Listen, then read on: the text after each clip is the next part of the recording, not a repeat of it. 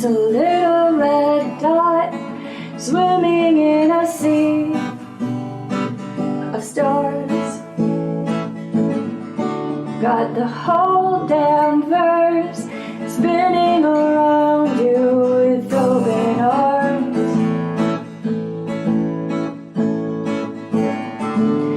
It's a race against time that plunges you deep into the black. What are you gonna do when the void stares back? You'll never stop the revolution. Time to begin your evolution. Take a leap of faith. You gotta break the illusion. You gotta make your own solution. Take a leap of faith. The future's just a void, jump away.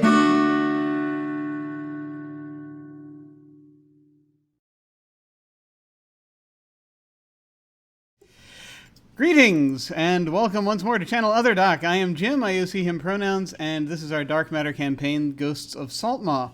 I've also heard there's been some day drinking going on, so beware. Also, no one panic if you at some point happen to hear a tea kettle. There's an addiction going on. A glorious addiction. Tonight I am playing Cole Hayden, Human Gunslinger, we horribly burned out human gunslinger who's attempting to learn how to feel actual emotions again. And we're going to go around and say hi to everybody, see who they are playing, starting with Anino. Hello. Am I on mute? No, I'm not.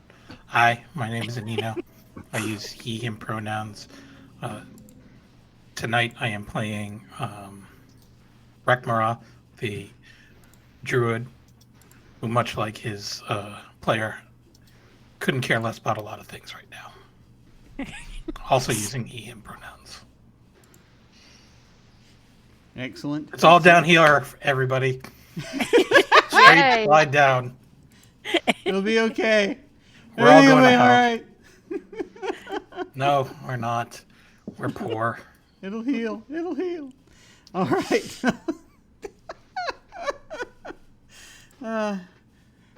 It's all going one way or the other. All right, then let's head over to Cazimi. Hi. Hi, I'm Cazimi. I use she, her pronouns, and tonight I'm playing Clangswell Nuno Fritz Holdsbottom Thunderstruck, the space gnome who uses they, them pronouns, and is hopefully in a better mood than Rekmara will be tonight, so we'll see. One never knows. One never knows. And now let us head over to May. Hello. Hi everybody, my name is May. I play Lasness Chain Tower, the Star Dwarf Paladin, who is the opposite of Rekmara's definition of effervescent. I'm looking forward to having a luckier night than I did last week. So glad to be back. Happy anniversary, everybody. Yes. Yes, it's been a year since we actually played anything together, which is very cool. It was not this campaign, it was another campaign on a different channel, but actually it was a one-shot on a different channel, but I digress. Hi, Mem. Hey, I had to unmute myself. I'm Mem. I am the aforementioned day drinking, I'm sorry. Tonight we're playing Narita Galeen. The slightly more effervescent than Rekmara. Not a Lid Witch. I had to think about it. No worries, love. It'll be all right. Everything will be fine. Yes, there's some slight disorganization tonight, and also I've just noticed I'm not actually in space at the moment, so I'm going to fix that as things roll. Right now I'm in a green room, a completely green room, or perhaps space is green. I don't know. We'll see. But in the meantime, let us hand things over to our illustrious station master, Alyssa. Hello. Spacers, you're all pretty.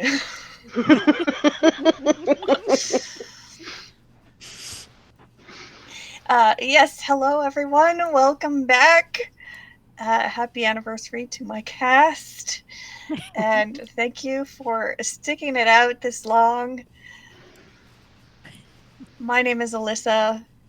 You can find me at Origami Shuriken. And as with every other game in this campaign, I play everybody else. So we will be using the safety tools X card, N card, O card, and so forth.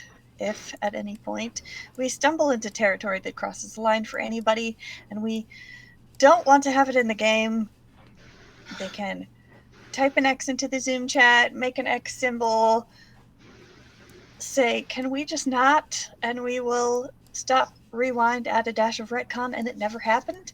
If we're kind of towing that line and it's okay to have the subject in the game, but we don't want a graphic description, that's where the N comes into play. We'll pan to the fake fireplace, fade to black, and move on. And if things are getting dramatic and there's intense role play happening and you want to just check in and let everyone know you're okay to pour on the drama, you can type an O. Or if you think maybe that was too much and you want to make sure everyone else is okay, you could type an O with a question mark and we can all respond as needed and go from there. Previously on Ghosts of Saltmaw, Ascol, Lasnus, and Rekmara confronted the Emperor's Vect pilot Trimaxion.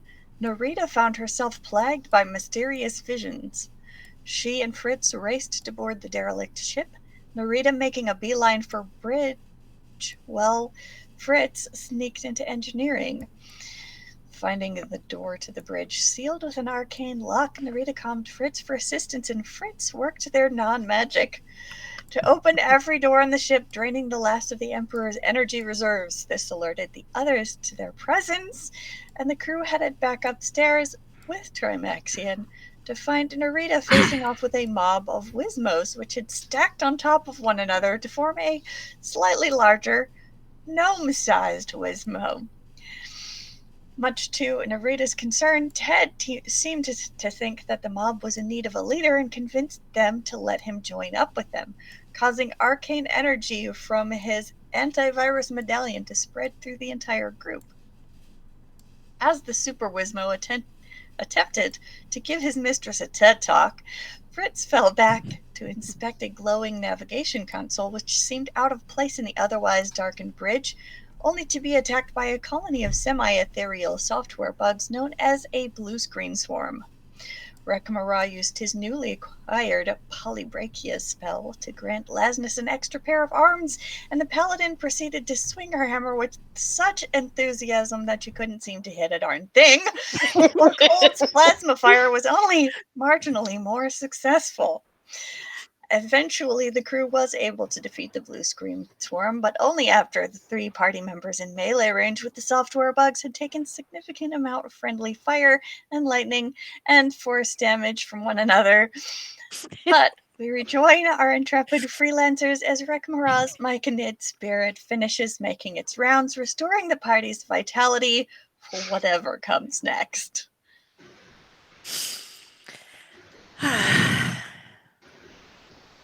That went well. Thank you, Magic Mushroom.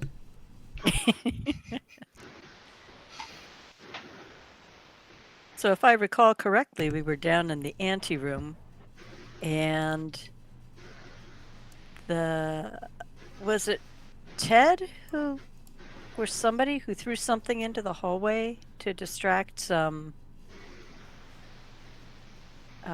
It was the Wismo mob. Oh, it was the Wismo mob Before that Ted threw joined up. Mm. That had thrown something down the hallway to distract the Iron Defenders, aka Robodogs. Right.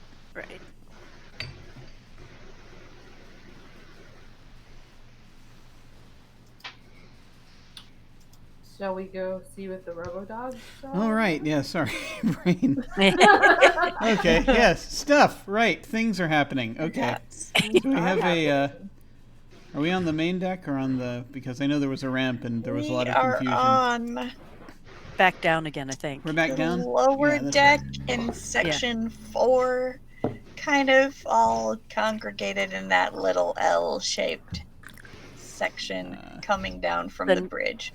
Okay. The next Or- one down, I think. Some of you may still be on the bridge, but All right. So, yeah, well, so I Heading- know that we kind of headed up to the bridge to take care of the blue screen of death. Blue screen. And I so there's think- more things out there we need to deal with. Okay. Sorry, the Yep. dogs. Yes.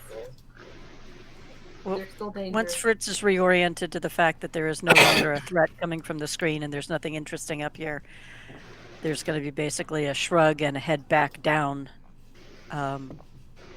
with an especially curious glance at the Wizmo Voltron thing.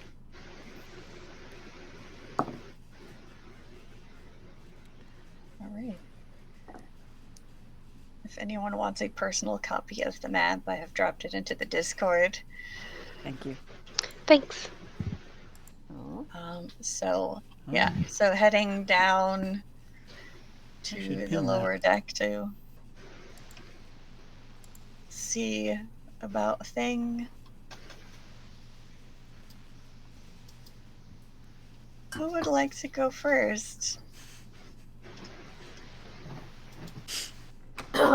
Yeah. I see Lasnus with a hand up. How many hands is that, Lasnus? Or is that a cat? I can't tell. Oh, it's both. 4 hands and a cat. Yeah. Do I still have the hands? Can I flex with them right now, please? No, they're gone.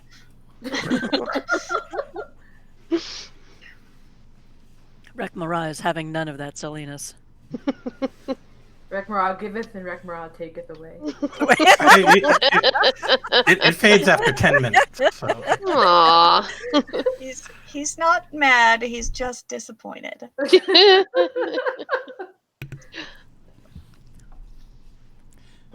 We just go. I guess we would just go standard order, right? Is that what we want to do? Okay. Size order? Yeah.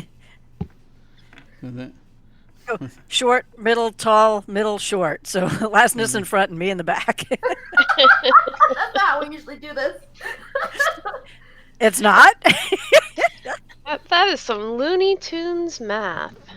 I figure that Lasnus usually goes first, and I usually follow with ranged, if I recall correctly. And then it's chaos Alright. after that. I have no idea what happens.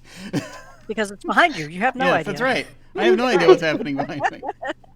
The rest of us are trying our hardest to be in the back. And behind me is entirely misplaced trust. Oh, anyway. On whose part? You must be really good at watching your own back, because the rest of us are not. Yes, that's why to him it doesn't really matter too much. It's just like, he's just used to it.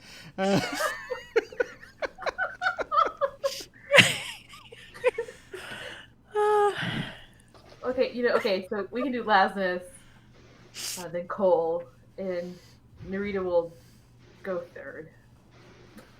Okay. This is giant, block between the rest of the smaller figures So- behind her. The door at the bottom of the ramp from the bridge opens up into a short hallway. Directly across from that door, there is another doorway, and then the hall, it kind of ends at the bulkhead of the outer wall of the ship, and then goes to the left where it comes to kind of a T. Mhm. So are Well, you since the heading- doorway across is open, right? all of the doors are open at this point. Right. Yes. So you can peek into 9A. It is an empty cabin. No robo-dogs? No robodogs in the cabin. Oh no, weren't they in like 5, or have they? They in were- the They are hallway, or in in the hallway, which is area number 5. The bigger hallway, not the short hallway. Okay, Right, at least yeah, not in the okay. hallway Oh, across. that's right. from us. 9A is right Either across from different. us. Yeah, okay. Mhm. That's why Yeah, we can 9 see into is 9A. right across All from right. you. So Going from 4 to 9A. Okay. it's an empty cabin. Maybe originally intended to be crew or guest quarters or something of that nature, but there's not much of note inside.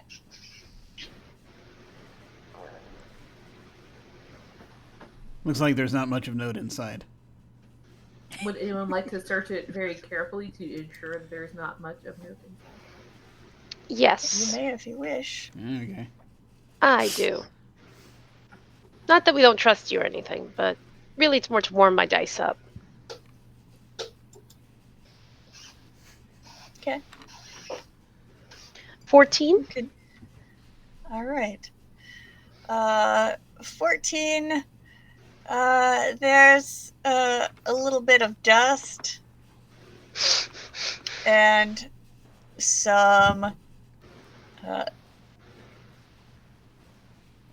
like boxes of spare parts.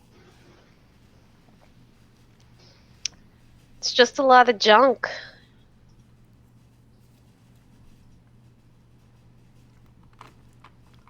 Fritz will make a quick swing in just to see if there's anything of a mental note in the spare parts.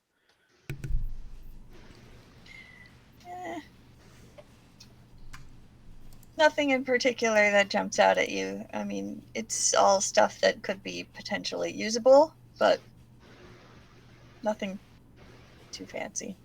Mental note to come back for it.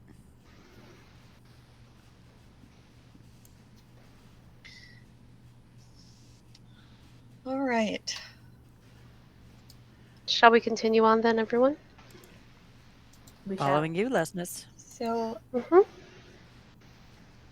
heading toward the main corridor down the center of the ship, you see 2 robo-dogs patrolling the corridor. It kind of goes from stems to stern, so... Oh. Do we want to do a thing where we throw one of those spare parts way down the corridor and distract them so that we can surprise them or anything like that? Oh, Actually, I thought Fritz is going to turn around to Trimaxion. It's like, dude, can you shut the dogs down? Narita looks at Rekmara and is like, "Can you talk to them?" It's fine, you're Rakmara's with just going to me. sigh, and he will actually. Oh wait, I don't know. Can I use my shard of the obelisk now that I merged with another one? Did that screw up the attunement? No. You can still use it. Still works. Does a little more now. But I don't know what more it does right now, do I? You're about to find out, I think. Lastus looks up at Cole and says, I thought you were going to say throw me at them.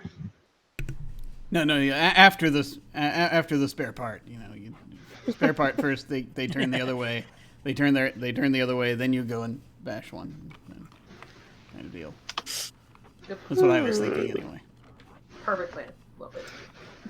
There. Assuming know what it does. assuming Maxer can't turn them off or whatever.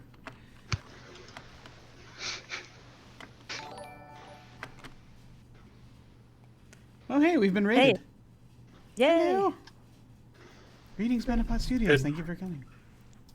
Where did that link disappear to? Hey, things disappear all the time, right? Oh, So if me too. Trimaxion has said that the dogs are chill as long as we're with him, please don't go bashing robo-dogs. I don't want to have to fix them right away. Can He's- Trimaxion go first then? Well, I mean, I think he's big enough that the dogs will see him if we're all going sort of together, or if Lasnus is at least within reasonable eye shot. Lazarus is also the perfect snack size. So. I'm also perfect throwing size. Which seems to imply that she wants to be thrown rather than eaten. I'm happy to throw you if we need to, but not right yet. Not right now. Okay. I mean, I could send you down the corridor if you really wanted to. No, not yet. Don't do it. Stop His giving staff her starts glowing. ideas. We already gotta handle that loop to loop at some point. We just gotta just like not let anything else weird come up. Oh, please. All right, so he's going to he's just going to use the shard and call out to the dogs. Okay.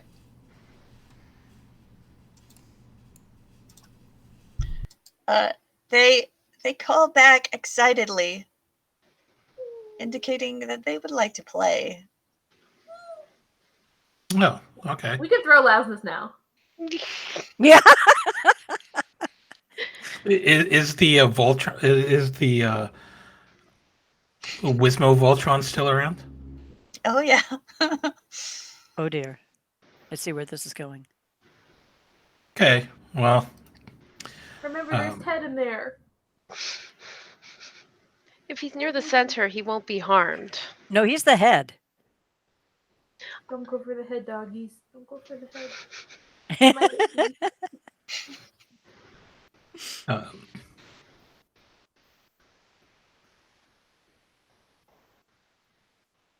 hey, Ted, I need you to sprint down the corridor as fast as possible.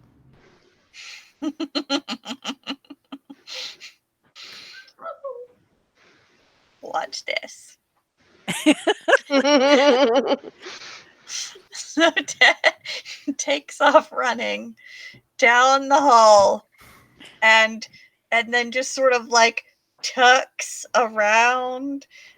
He and all of the rest of the Wismos that make up his now larger body just sort of tuck and roll around the little goldfish bowl that is his head and go rolling down the hall and just bowl into the robo-dogs who think this is the greatest thing ever.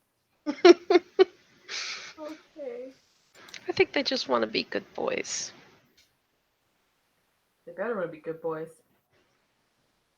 All right. there we So go. that worked for 30 seconds. Run to the next Yeah. room. Oh wait, should we not run? need to because run. of days? Mm-hmm. Walk with a purpose. To 8 or 9B? 9B. Walk with a purpose. 9B. Okay, off we go. Walking with Okay. intention.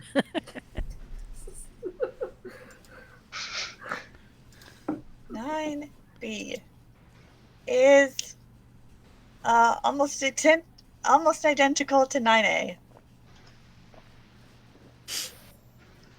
What's the non-identical part?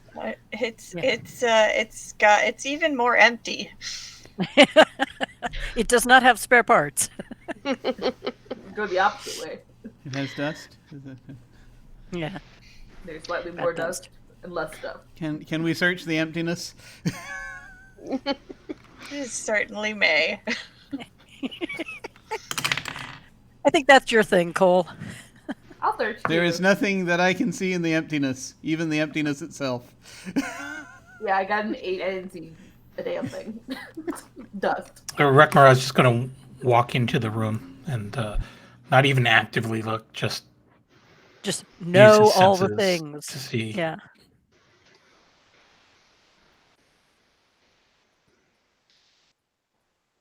I don't know. I got nothing. Nothing. Nothing in here at all. Exceptionally Nothing. There's not even any atmosphere. nothing. There's only your atmosphere, Rekmara. Just yours. Well, yeah, there's in that room is whatever you bring to it. Only what you bring with you. There you go. I'm gonna need some time to decompress from that thought, okay? I forgot that Rekmara has his own zone of atmosphere, so you're just gonna like wander into it. Yeah. All right. Shall we go over to 8 or down to the stern of the ship?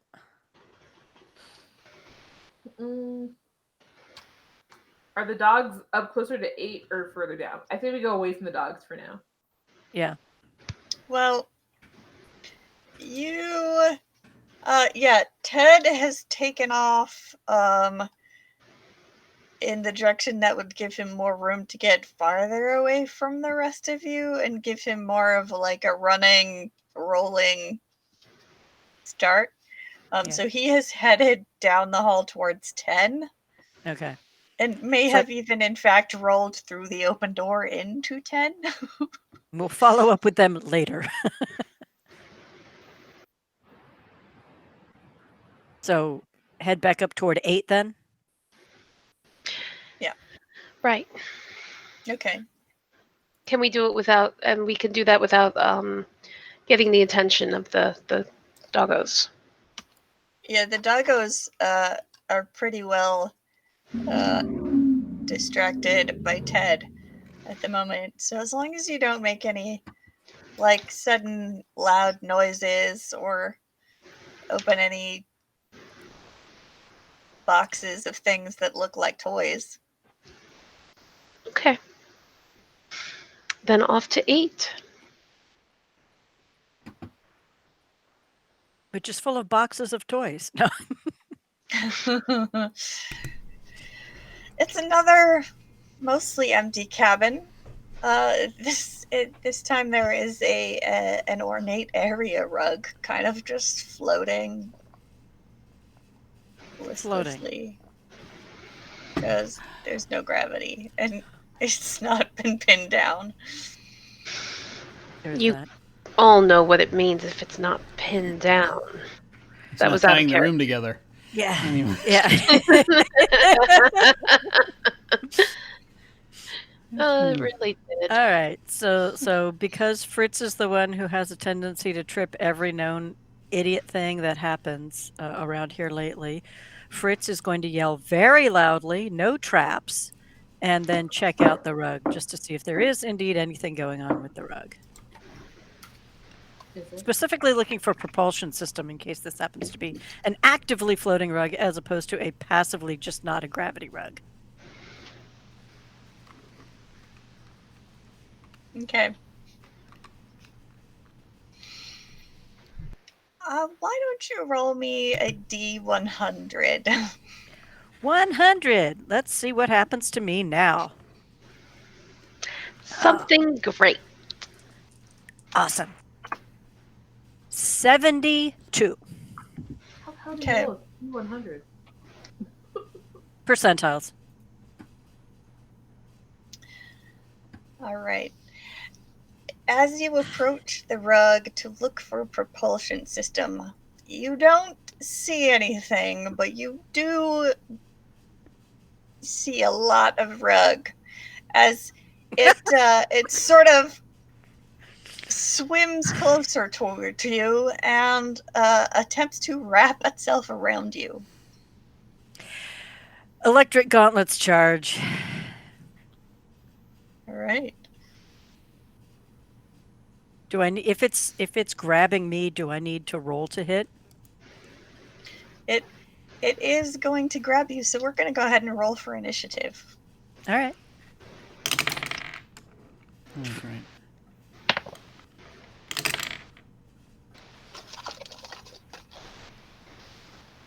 Oh, right. Dice. Get a different D20. I know, right? This one's cursed. Let me try another one. We're all cursed at this point.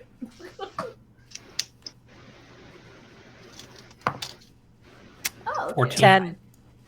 17. So that's 16 with my 23. Oh, excuse us. Plebs down here in the teens. Still 10. All right, so I heard a 17, a 10, a 23.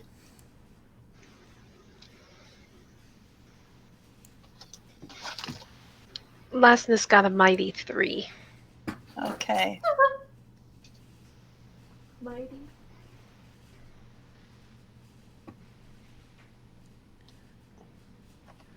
Narita, what'd you get? 17. 17. Okay. Rekmara, 16. 16. Fritz, 10. 10. Okay. Right. You are in the correct spot. There.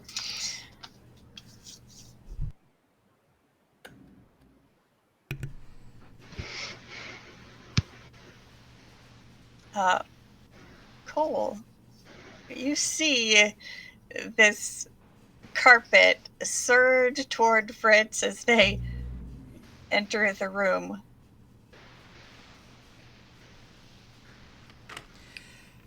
Yeah, see, if I see that happening, I'm immediately going to just basically, I'm like, rogue carpet. I'm just going to pull out the, just drawing fire on it. As, this is unusual. So I'm using the repeater, I think. Okay. Probably. Sure, why not? Let's use the repeater. I have to remind Fritz will myself. probably how this works appreciate every that. time. Yeah. Yeah. We are generous. We try not to. We try not to burn people that are our allies who stand next to our enemies. Try. Try. We try. We can, but try. We try, but we do not do. Okay. So close. So that is a 25 on the first shot. Does that?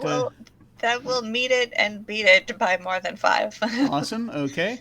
So for this first one, I'm going to go ahead and just claim that extra die because I'm not going to overcharge it until a moment from now. Okay, so that is 14. Okay. The second shot is not going to hit the broadside of a barn, probably. That's I rolled it's a result of 8. No. They won on the die. It will not hit the rug anyway. No. And so yeah, that's. This is when Fritz really hopes that they don't look like the broadside of a barn. One hopes. One can, as I said, one can but hope. But you know, it's Fritz, just you things make are a distorted in smaller space. We're target looking than through the these bulkhead on visors the and- opposite side of the room. Yeah. There you go. Okay. And I shall move into some. If there's anything in this room, I shall attempt to move next to it so that there, aside from the rug, if there's anything in this room aside from the rug, I will attempt to move next to it so that I am in a less rug-friendly place. Okay. There is, I imagine, some type of bed frame and nightstand set up in there. Cool. So, I shall get betwixt those. all right. You really shouldn't. I probably shouldn't. I really probably shouldn't. Wait a minute. What is the bed frame made of? What is the bed frame? Does it look like a wooden bed frame, or is it like a metal type thing that I would expect to see here? It looks like a metal type thing that you might expect to see here. Okay, excellent. But so did the legs of the table that was flailing around with its wooden butcher block top. So That's fair. I think we'll just sort of get on the other side of the room and just stay on the other side of the room for now. okay. We'll wait to see if the rest of the furniture decides to join in or not. Be my guest.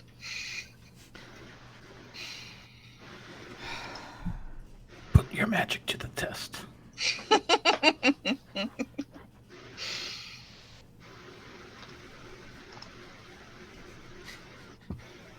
Poor Brothers Grimm. Sorry, go ahead.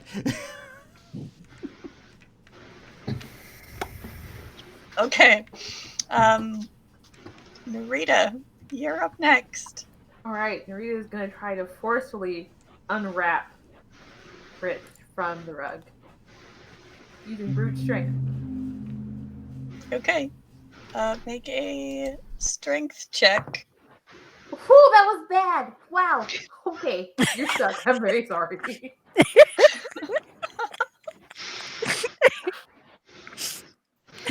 You didn't have a spell that you could have used? I thought maybe I could do this, but I can't. You grab one of its tassels. And we And it lose just- the Nautilus. I got a 9. I don't think that does anything though. I'm sorry. Unfortunately, this seems to be one rather tightly woven carpet, and it does not want to unroll. That first roll made me real brave. I thought this D20 had my best interest at heart. Welcome to the He was low just roll club. luring you in. That's I was all. like, here's a 17. It's low risk. Nope. I'm sorry. I tried. We'll try something that's more cool better next time. Assuming there is a next time. Yeah, you might be dead. Sorry. All right. Is there anything else you would like to do, Narita? Would you like to move away from the carpet or just kind of hang out? I would like to get away from the carpet now that I've messed Okay. up. That'd be pretty good. Sort of like Cole. I won't be ducking between any beds or anything though. Okay. Just sort of standing Away. awkwardly in whatever the barest part of the room is. That's right. Waiting for other furniture to attack.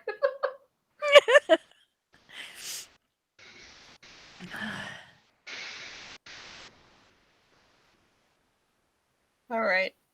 Rick Mara. Don't take this to mean that I actually believe in you. But he's going to cast Polybrachia on Lasmus again. Why?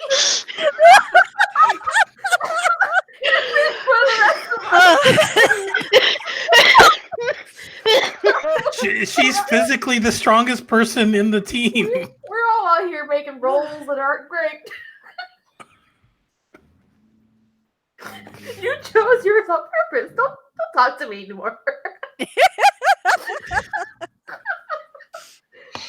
He's just doing it to mess with us now. He was sent to kill us all.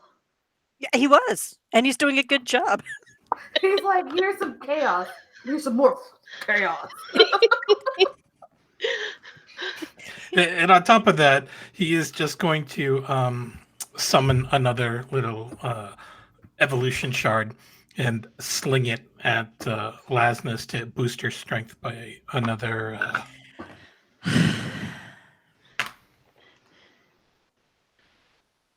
2 points. So just to reiterate, she gets 2 additional arms that allows her to wield up to 4 single-handed weapons or 2 two-handed weapons, and she now has advantage on strength checks and has a +2 to strength.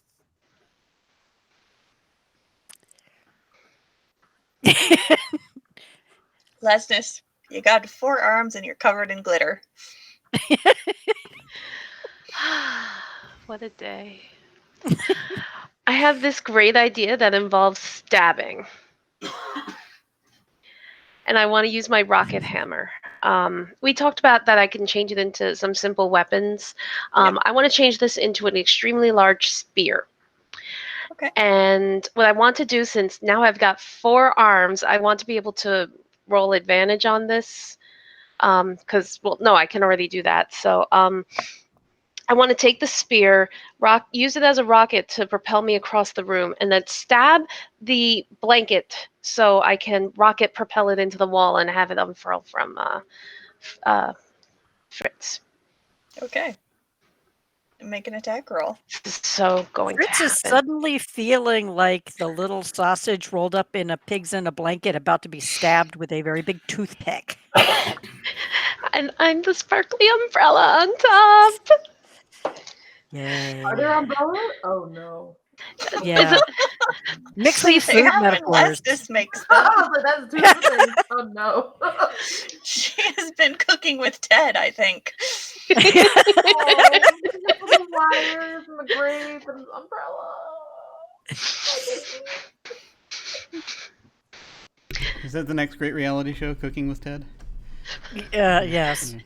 Next, we're gonna make spaghetti hot dog spiders, but first, I gotta Getting report on my roll. Really famous on Hologlam. Yeah.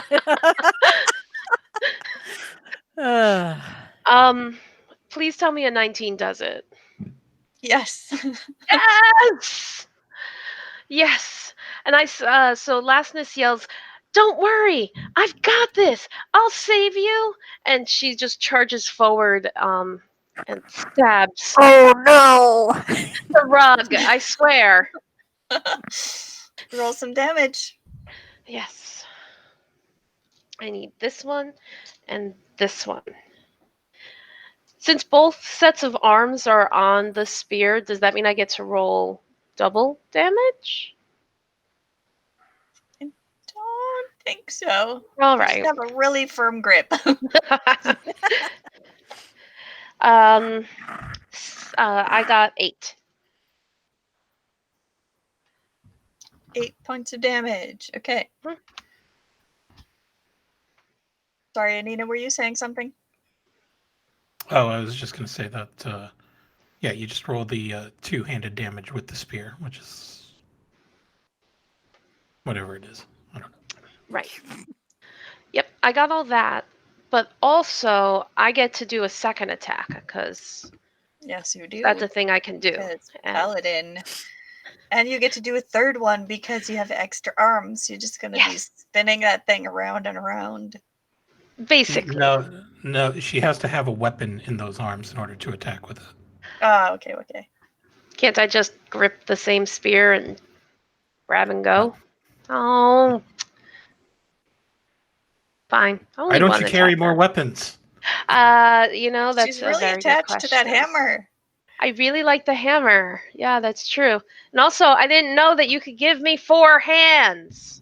Now you know. Now if you I find some know. extra weapons, maybe you can hang on to them.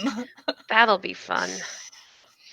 Why am I imagining Lasness with a Deadpool harness? And anyway. Maybe one day we'll watch Advent Children together and you can watch Cloud's sword.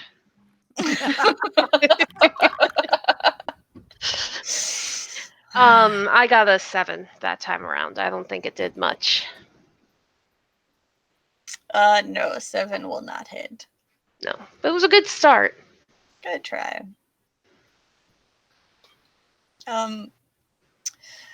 By the way, did you This add your rug- strength modifier to the damage? It's The that rug kind of is night. Plus 2? starting to look a little bit shredded. All right. So that it'll bring us to Fritz. All right. Fritz has the gauntlets charged up. Fritz gets 2 attacks. Fritz can also cast Shocking Grasp and will do so at the end if 2 blasts with the gauntlets are not going to do it. Since Fritz is in immediate contact, I'm assuming that I don't have to roll to hit since it's hitting me.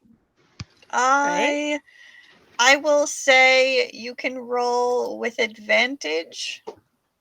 All right. But you do have to try to get your hands in a position where you're not going to accidentally grab yourself. There is that. So, all right. Excuse me.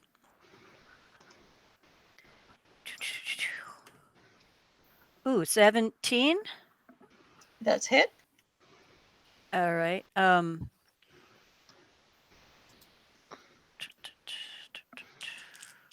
do this regular because I'm using my charge points. Not using my charge points. So that's 8 points of lightning damage. Alrighty. How's it looking?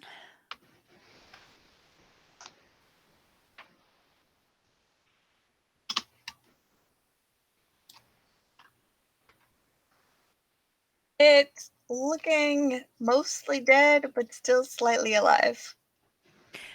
Okay, since Fritz was able to drop some damage on this thing, is it obvious that this is a creature, or is this an object that has been virally infected with software bugs or whatever? It is an object.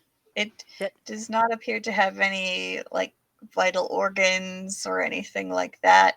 It's Okay. just an somehow It's like- animate object. It's like some of the other stuff we've run into on the ship. Yes. Okay. Yes. If you recall, in the previous fight upstairs with the blue screen, one of the things Fritz did was shove the entire rest of the pack of antivirus gum into its mouth. Yes. Fritz is going to take a piece of the antivirus gum and stick it on the rug. Okay.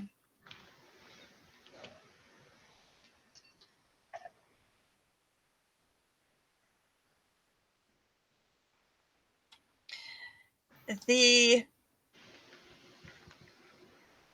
rug, well, it's still wrapped around you in as much as it can, well, it is mostly in tatters, goes from a sort of like suffocating, smothering to a more like gentle, like patting you on the head.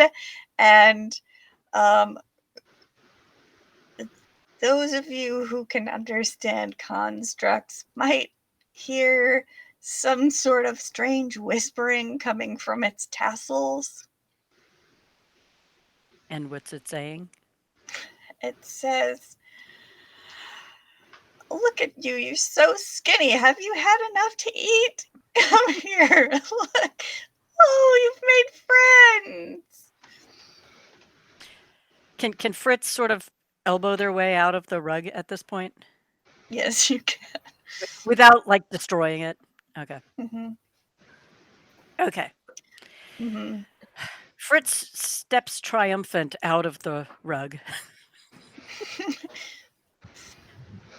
So it is now a rug of mothering instead of a rug of smothering. Rug of smothering. Great. It's like those old episodes of the Electric Company where they just reach down and pluck the S away. Yeah. Is that what happened? Yep. Yep. Mothering, note, it's the same thing. Same thing. I once created a Champions Heroes campaign whose sole power was to transform objects from one thing to another by changing one letter in the description of the object. So this is terribly appropriate. Step away from the mothering rug.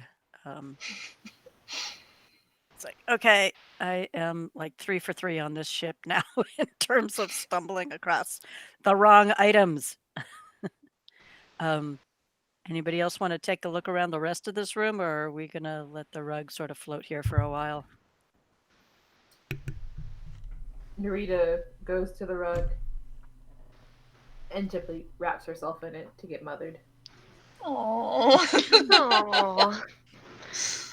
It will. It just kind of gives you a hug and whispers soothingly. Or maybe creepily, depending on your perspective. No, it's soothing. She's a witch. How can it possibly be creepy? Right. It's perfect. It's like, have you It is tried kind of this perfect. spell yet? Maybe you should try harder. And it's like, yes, okay. You slowly walk over with the blaster still drawn and prod the bed with it for a second just to see if it does anything. And then if not, let's start looking under it. No response. Okay. I'm going to start searching the room. Okay. Other than the rather Spartan furnishings, the room is indeed empty. Speaking of Spartan, Lasness is coming down from her stabby high. She's going to need a Yes. minute. Okay. But not more than 8 more minutes because we could stand to use a couple more arms as we're looking into the next room up front there, right? She's Would you like admiring to- her new arms, and she looks to Rekmara and says, I'm going to need another rocket lance. Indeed. So, where to?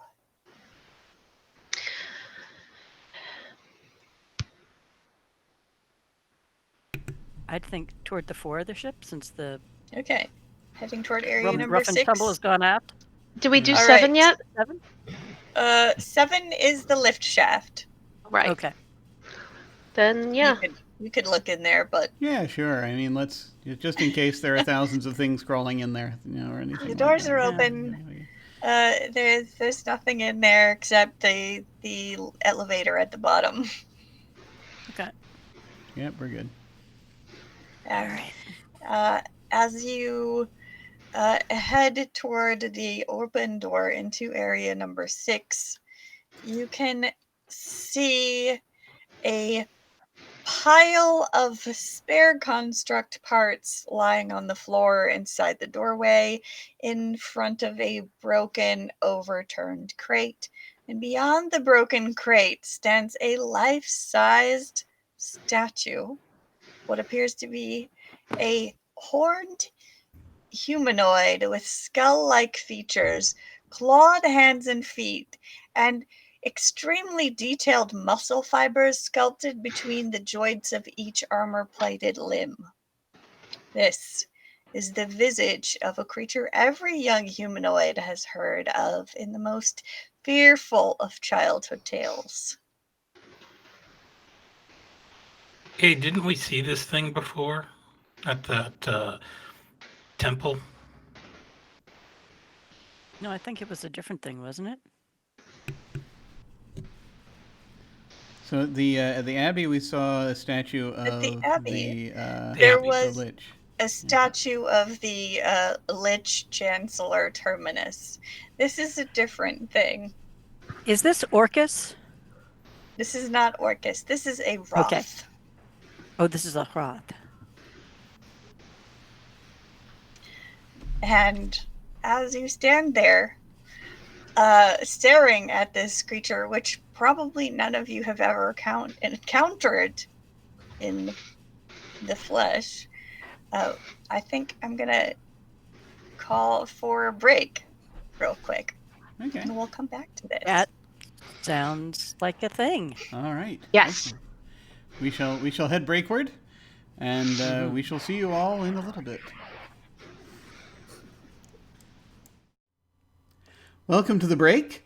We have Dot with us to talk to us a little bit more about a bit of gamery. Gamery. Yes, abject gamery. So you've recently been doing this campaign of Overlight, yes? I have been. I've recently launched. We're a few weeks in of what's going to probably be 8 weeks, I think, of the show. But yeah, I'm kind of obsessed. I was obsessed from the moment I picked the book up, and so I've been planning months and months and months. And I knew I really wanted to give it some time and effort.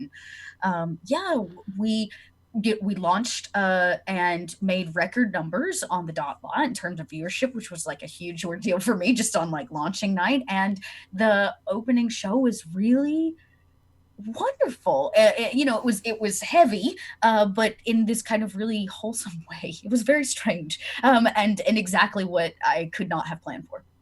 Awesome. So tell me a little bit about this game and this system. Sort of what's it about? Okay, so Overlight. Oh, look, I have the book. Overlight is another game by Renegade Games.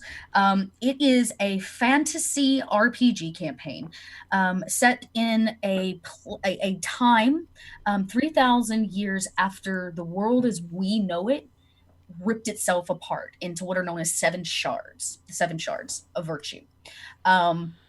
And this happened because we were gifted, humanity, about 1000 BCE by the gods, the gift of creation, all the keys of creation, including the black key, which they told us we could not use, which represents spirit. And we did, of course, because we're human, and it ripped the world into pieces. And so 3,000 years later, we have seven shards, each of them stacked on top of each other, each of them a unique and dynamic place in this world. And above is the great overlight. There is no sun, there is no moon, there are no stars. It simply shines down always upon the shards. And below is the great sea, the great dark sea of stars, and everything in between. And the overlight can be channeled by certain individuals known as Skyborn. And that is who you play in the game as players, the Skyborn. And the Skyborn kind of transmit the overlight into something known as chroma. And in most fantasy games, we call that magic. And so they use the overlight to create chroma. And these are these kind of special magical abilities that they can all do.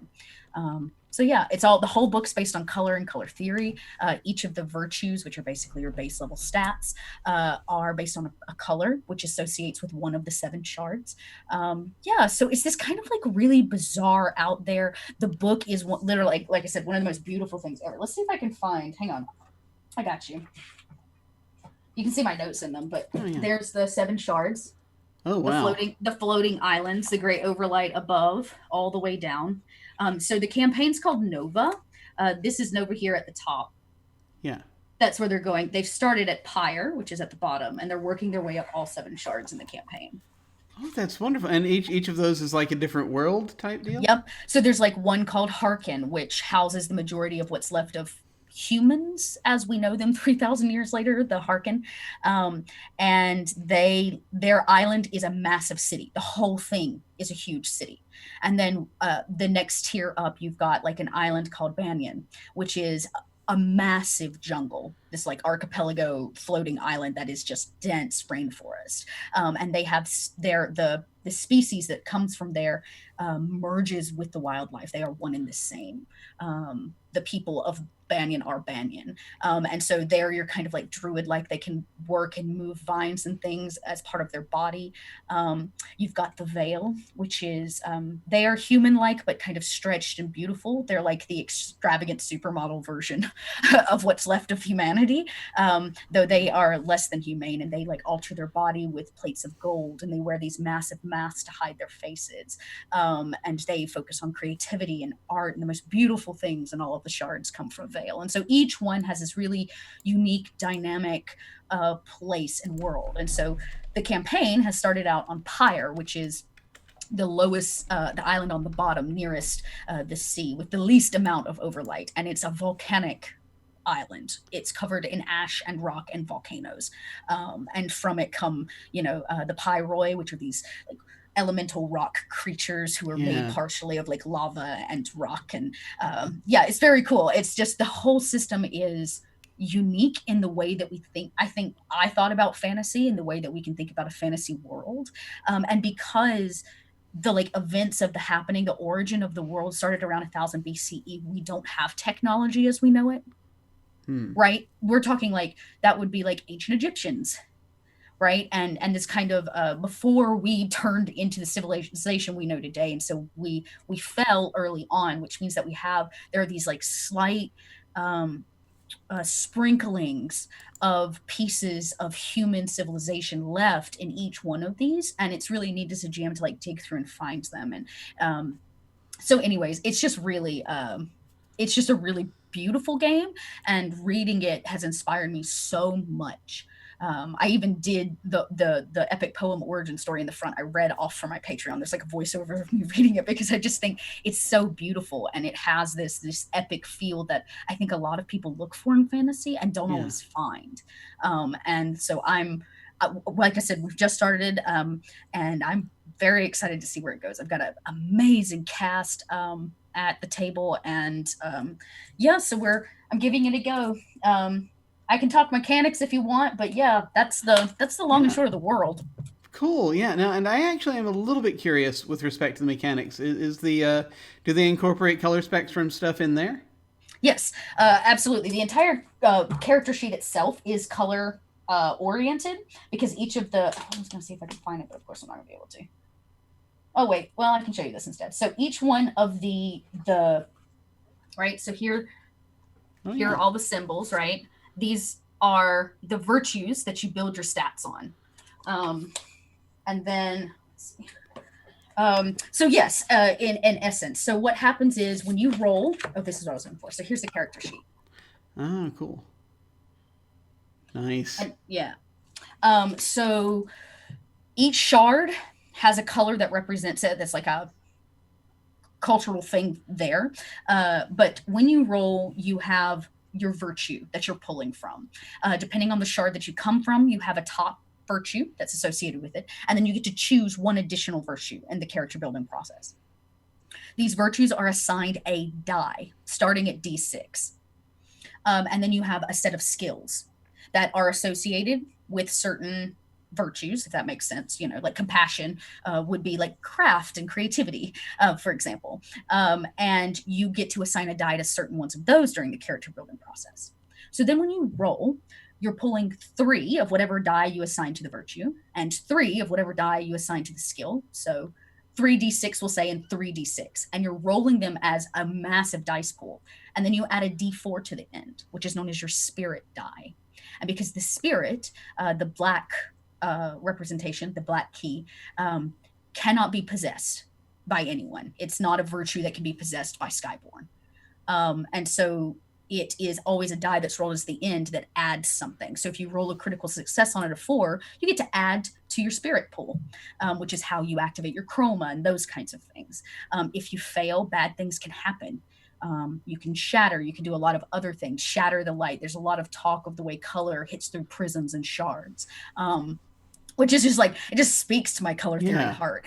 They've got a whole section on the fact that because there's no changing of a moon or a sun, the shards kind of just float above each other. And so sometimes, depending on what shards are crossing over, what shards light changes color, because the overlight's passing through the shards at different times and in different ways.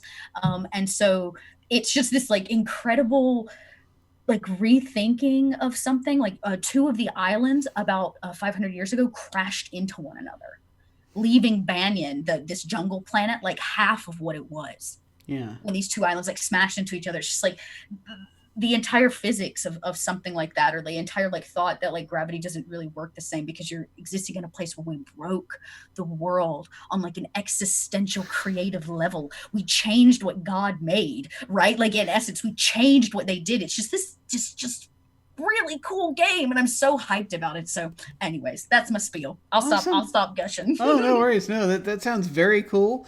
There's a lot of stuff in there that I think definitely bears examination.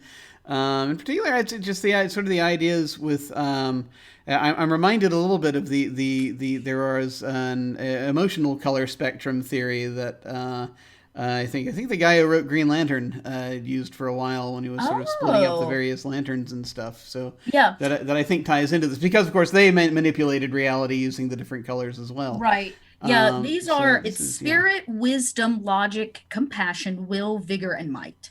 Interesting. Those are your stats. I love compassion is such a great addition. Like we have one of our players that's built off of a compassion virtue. And it's so interesting to watch her play because she doesn't want to fight anybody, and like what she creates comes from a place of wanting to give to the world, which is so unique, I think, in terms of the way that we play a bard character. It's like it's a really interesting game, and it's challenging, I think, as a GM, which is something that sometimes I look for in the RPGs that I run. I want something that's also going to challenge me, not just my story challenging the players. And so I have found this to be the perfect challenge that I need right now. Brilliant. Well, I think I speak for many folks when I think that we must desperately check this out because this we desperately need to check this out because this looks like a thing that is unique. So yes, we should definitely. Way to put it. It is very unique. I think we should definitely folks should definitely go and take a look at it. So if we want to find this online, where should we go? Yeah, this is a product by Renegade Games. You can get yourself a hard copy over on renegadegames.com, I believe, /overlight. But you can go to the website, search it in the search bar. They've got all of their products there, including some ones that I've talked about on some of our past interviews. So you can go check that out. If you want to get a digital copy, I believe it's on sale right now on Drive-Thru RPG. I don't know for how long, because I don't know where we're at in the future, but it's out there somewhere, and it was on sale for that. And then they have a lot of free stuff. They actually on Drive-Thru RPG, they have a lot of these like single modules. Oh, I'm a little blurry now. Single modules that they've made for free RPG Day. And so you can gain access to those, which just have some extra stuff and a little bit more structure to story. If you as a GM want some ideas or some help or some guidance, they're very, very cool. And actually, I'm pulling from one of them for my campaign. Excellent. Well, that is brilliant. And if folks want to see your campaign or other stuff you're doing, where should they go? You can find me online as Little Red Dot. I'm on pretty much all the social media, but I'm most active over on Twitter. So that's at @little_red_dot. And then, of course, if you want to check out the campaign itself, we're live on Wednesday nights at 7 p.m. Eastern Standard Time. It's a 3-hour show, and it's over on my Twitch channel, which is under the same handle. And it goes up on YouTube usually within the week. So if you need to watch it as a VOD or you prefer just the audio, YouTube's a great way to get that. And I'm trying to be better about getting things up on time. Awesome. Are not we all? That's considerably better than I'm doing. So yeah. If I tell you all right now, in the future, you guys can all hold me. That's right. Like, come back to Dot and be like, I saw your thing, and I'm telling you, get your YouTube video up this week. Excellent. Well, speaking of current commitments, I should be getting back to whatever it is that I'm doing right now in the background. So I'm going to go ahead and throw things back to me, or to whatever moving pictures we have going on right now, and moving pictures. So these strange moving. The strange technology that causes pictures to move. I have no idea how that works. But we will see you later. Take care. Bye, everybody.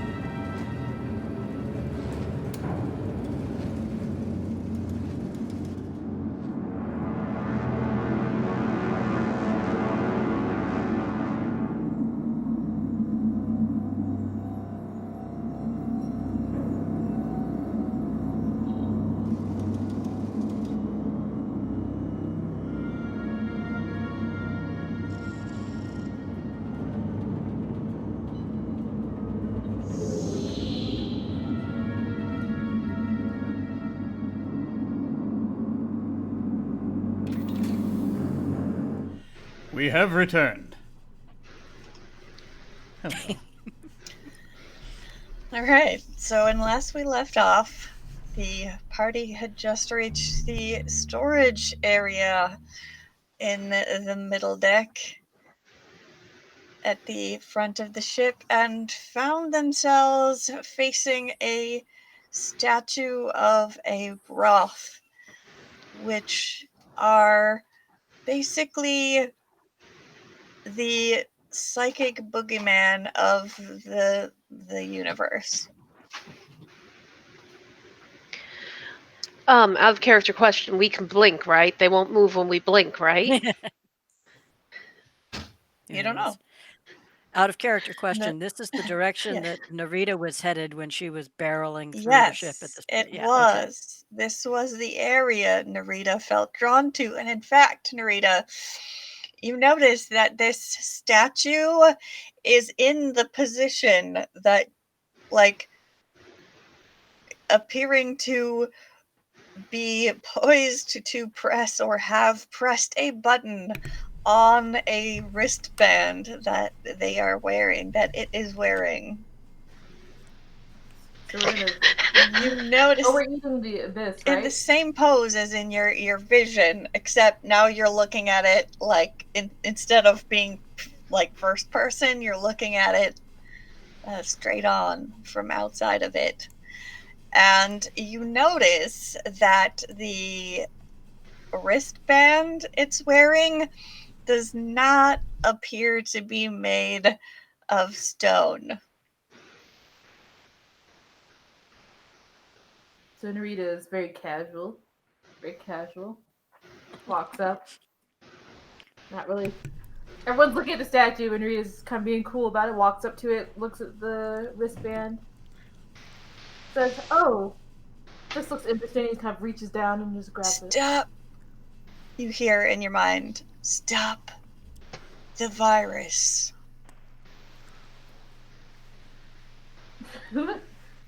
And as much as Narita can whip around in the suit, plus her large body, like whips around everyone else. Did you hear that? Yeah, it's just so I was like, I'm Did turning you hear to the suit what? just in the middle. Yeah, it's like no, it's just, Fritz kind of looks over at Cole and it's like, is Narita hearing things? I mean, it's possible. Are we not hearing things? Yeah, What if it's us that's the problem? Everyone, relax. I just meant, did you hear that noise of the Wizmos upstairs? And Narita just kind of slowly pulls the wristband, if she can, pulls it off. Can she pull it off? No. You can. So There she was kind of somebody's pulls it off. voice. You were talking about somebody's voice earlier, weren't you? Or you were saying that someone needed help. I remember you said somebody needed help over the comms before we met back up. You need help. Do we need She help? pockets the wristband, looking natural and normal. You take the wristband off of the statue, and slowly it begins to change color. It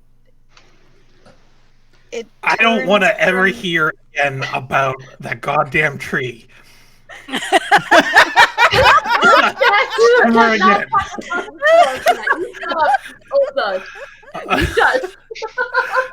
We're alive still, and we haven't been attacked yet. You just be quiet until it does attack us, and then when it does, fine. Station Master. Yes. I would like to attempt an insight check on Narita, if I may.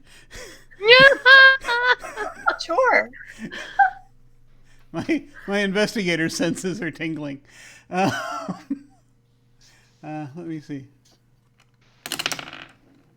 Nope, I absolutely. I feel as though I'm trying to read a brick wall.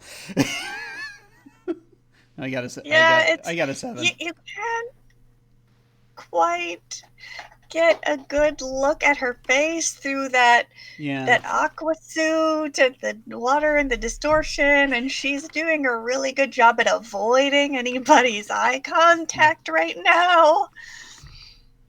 Station Master, I'd like to request that our Avia Ra druid have a clue and that he tries an insight check. I mean, that is up to Rekmara. I mean, I guess I can do it.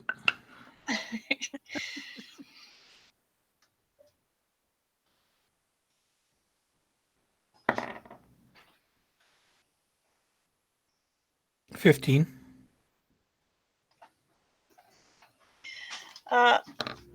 You tell me, Narita. You can either roll deception or persuasion, and that is the number you need to beat, and then you tell us what he can or cannot discern about you. Well, you know what? Rita's persuasion's pretty high, so we're gonna go for it. I mean, I'm gonna roll like a 2 and it won't matter, but I'm gonna try anyway. Look at that! My dice are right there with you and screw me over. So even with the +5 persuasion, it's still only a friggin' 8. Ooh.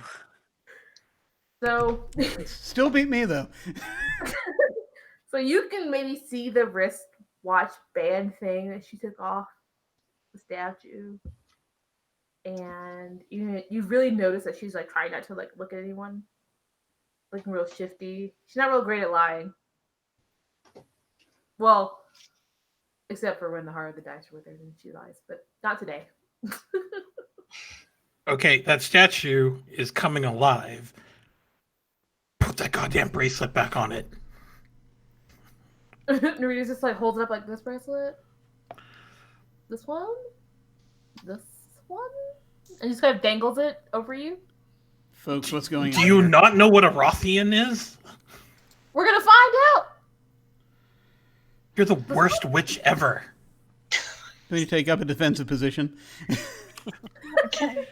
Rekmaron's gonna look around. How many? Are there a lot of free objects in the room? Oh, there's a lot of objects. There's all kinds of like construct parts, pieces of sundry armor. Okay. Rekmaron's going to. I'd like to. Sorry, I've been muted all this time. That's awesome. Rekmar is going to use the shard, and he's going to use the animate objects spell. I think we Okay. need initiative then if that's going on.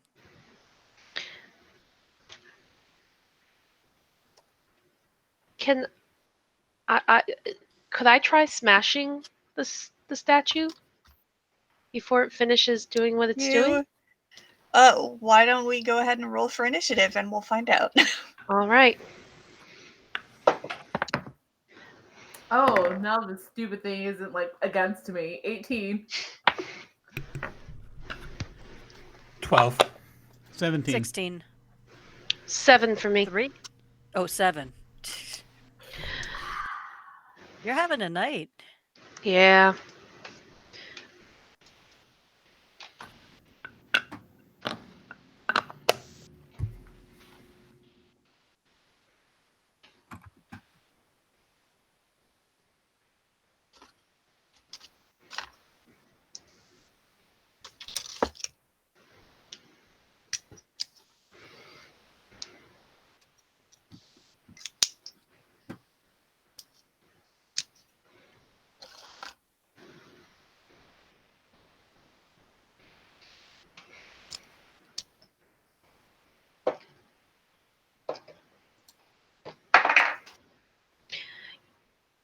Oh my god, I misread that. It's not 7, it's 11.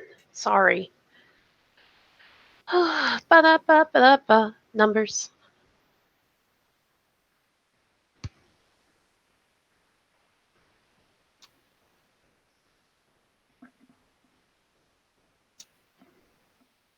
All right, Cole, what did you get? 17. 17.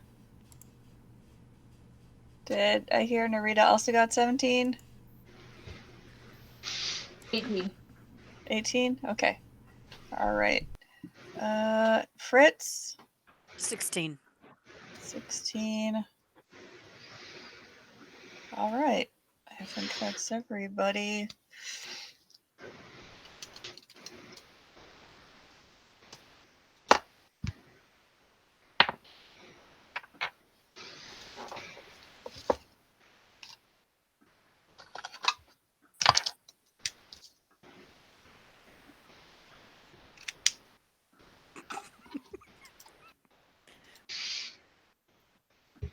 I see the void apples are back.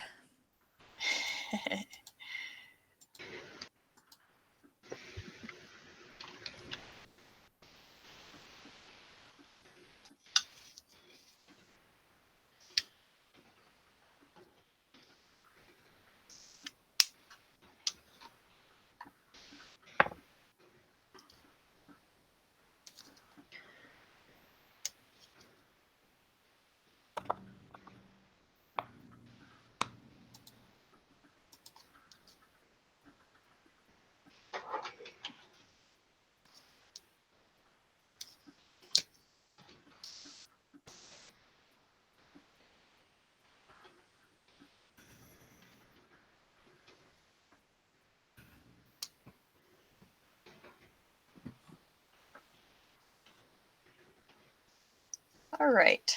So,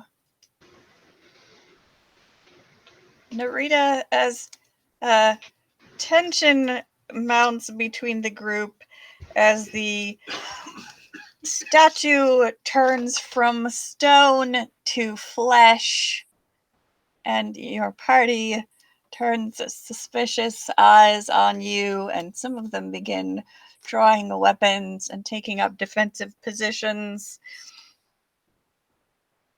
You're up first. What would you like to do? Unfortunately for everyone else, Narita's just like, not sure what's happening between the statue coming to life, between you all getting all upset about it. Narita's just like, with this wristband thing. But as the statue starts to come to life, Narita's just like, maybe this is not the best case scenario here. And then tries to just like slap it back on the frozen wrist.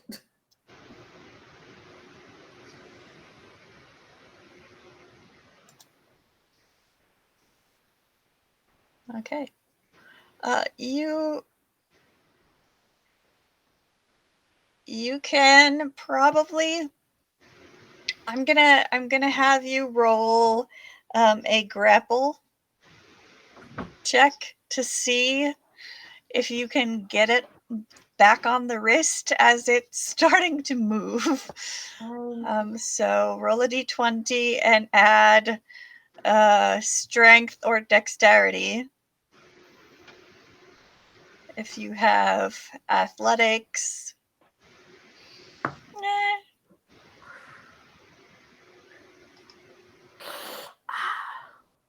It's not good, y'all. 5.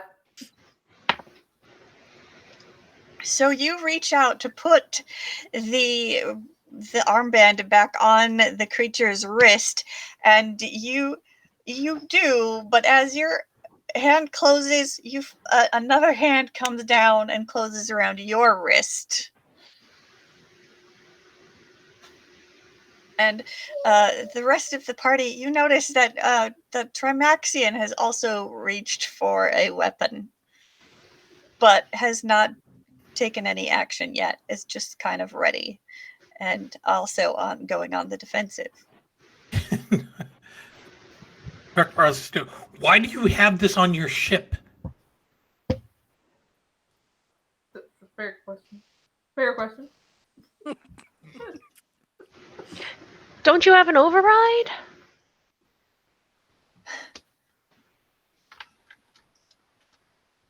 I'll thank you to unhand my companion.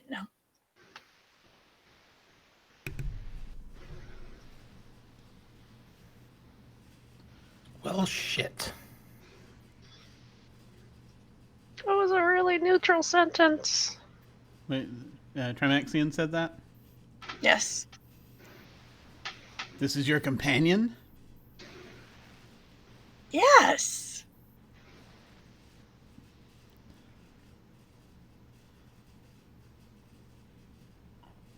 We thought you were supposed to be alone on this ship. Isn't that what you told us? I was alone on the ship for a very long time.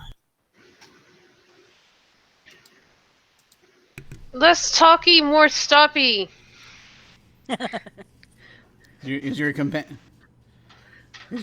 going to be hostile when they start moving? But they don't have much time, so put that back on.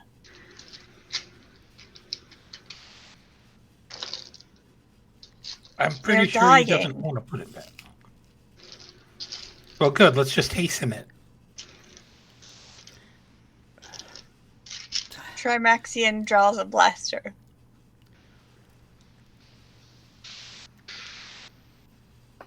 Fritz is madly chewing the gum and trying to break it into 2 pieces. So Narita tried to put the thing back on, but then one of its own hands came up and...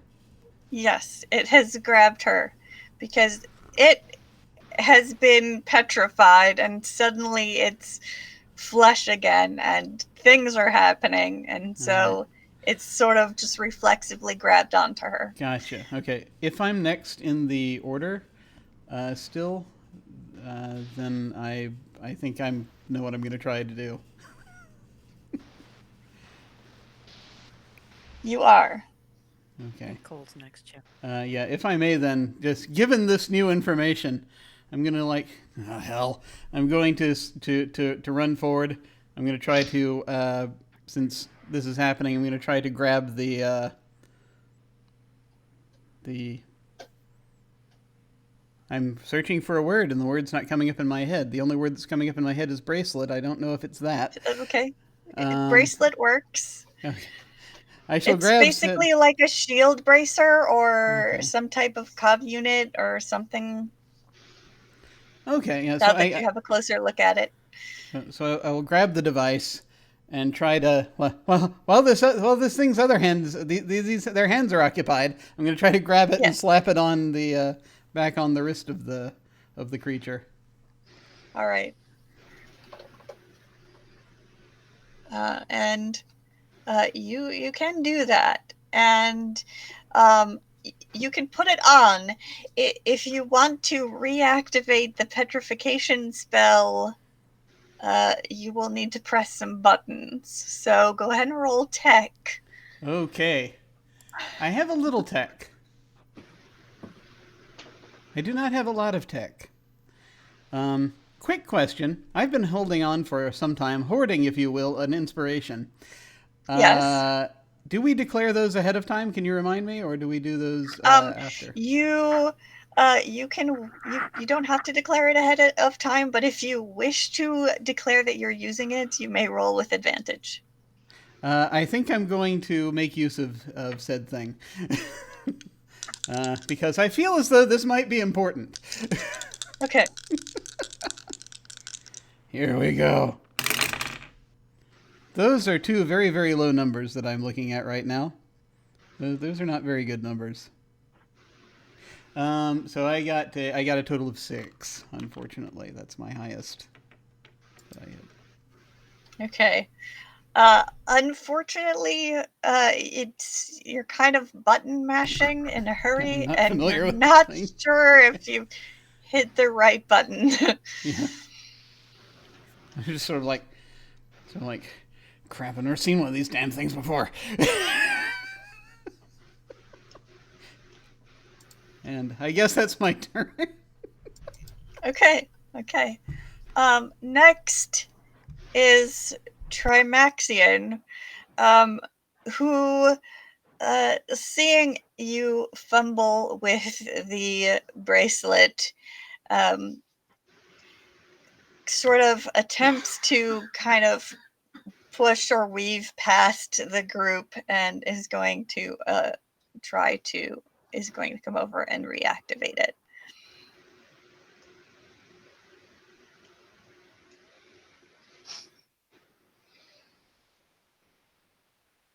And the you may wish to move your hands unless you wish to be grappled by the statue. He kind of like pushes everybody away and tries to calm down the slightly panicked Roth, and reactivates the bracer, and the Roth turns from flesh to stone once more. And Narita, it is looking at you dead in the eyes as it turns to stone. And you still hear its voice in your mind, as if it is fully aware, despite being petrified. And it says, "Stop the virus. Save him. Save the verse."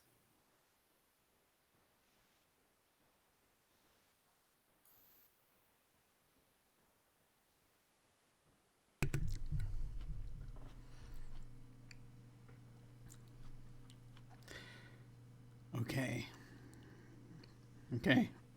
And so after when Trimaxian finishes, I'm just going to say, do you want to tell us what's going on with this?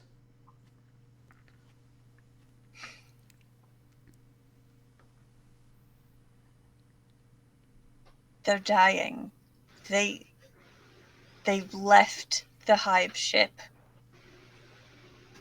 When a Roth leaves the hive ship, they have maybe 10 years, if they're lucky. They can't survive without feeding on psionic energy.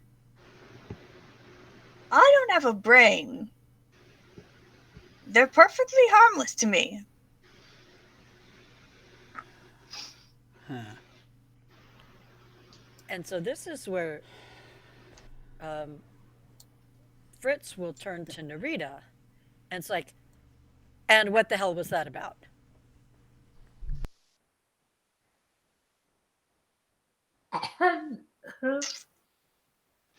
No, really, I mean it this time. What was what about? Why did you try to unfreeze this thing? I just tried to get. Why were you so intent on getting here to see this thing? Look, it just felt right.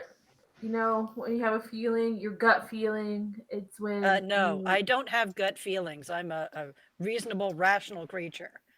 Ooh, okay. And Rita's just kind of like gets kind of like huffy about it. Doesn't really say anything.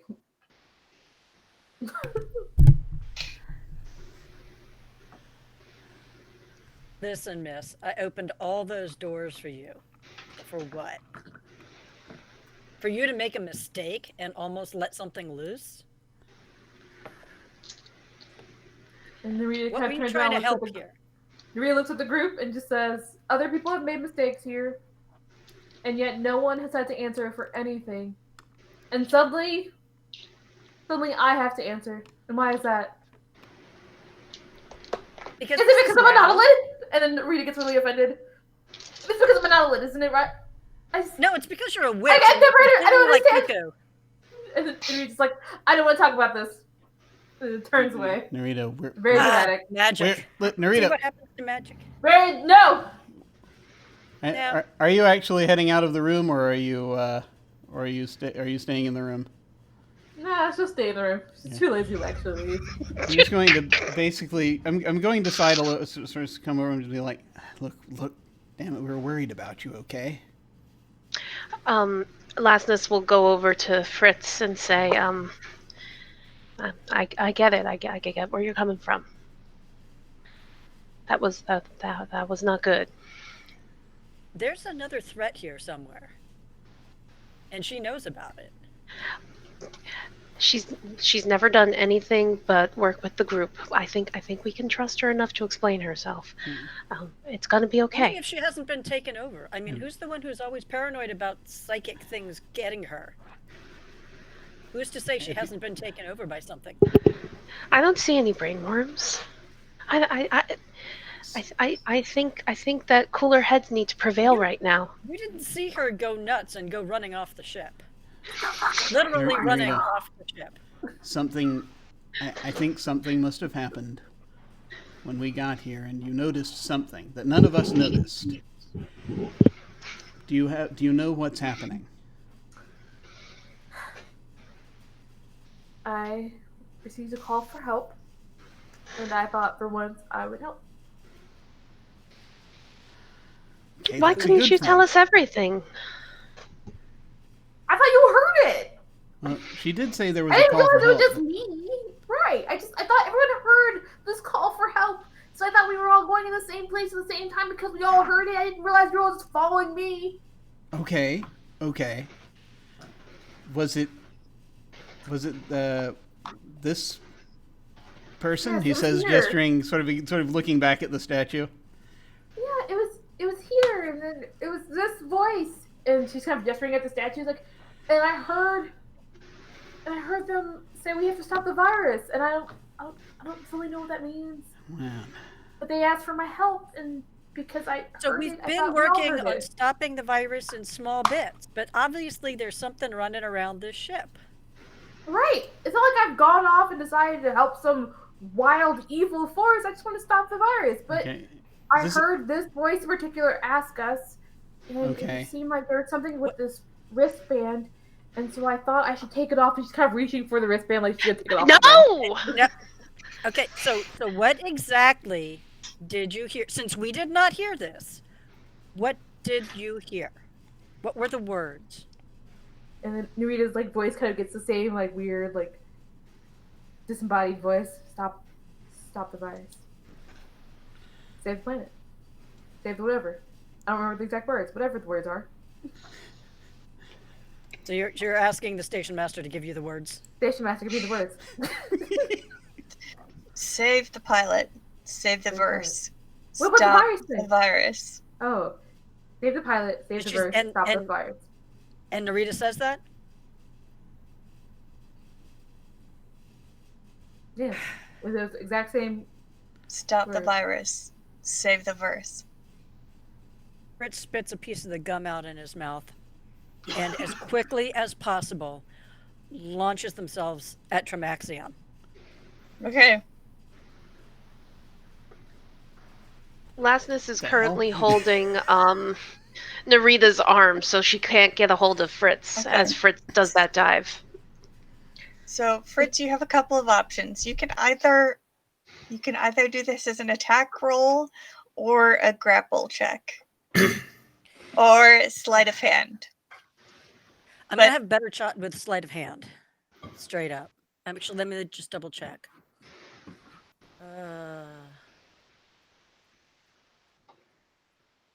Yeah, it's going to be the same either way.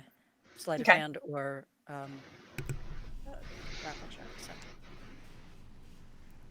I'm going to use my inspiration. Okay. I'm also going to use one of the two pieces of gum that I have in my mouth at the moment. Okay. So spit one of them in my hand and stick it. Ah! And a natural 20. Ooh! All right. So, Trimaxion It's a good thing sees because you... the other one was a 1. That is how that works.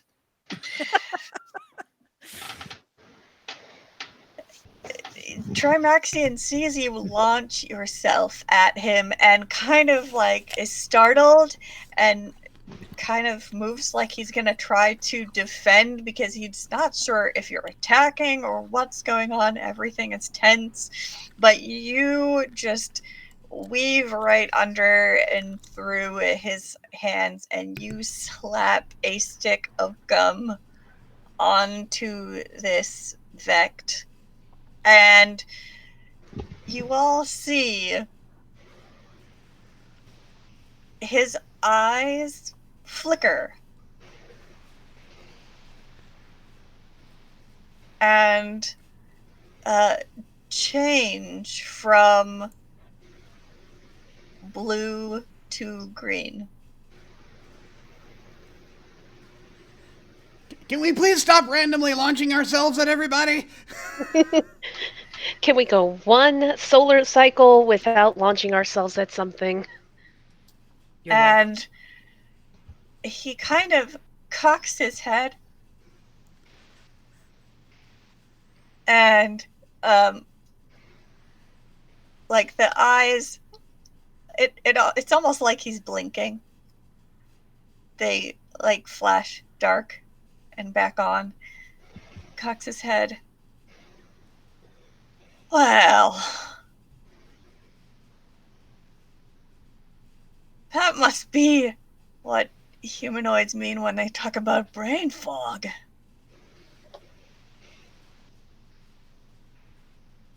How long were you infected? How long have I been lost in space? Is that what happened? Oh, hell.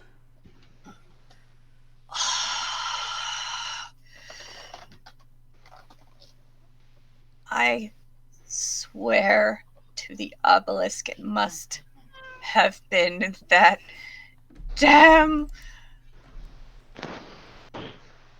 prime water. Prime water? Gallon prime water. What'd he do?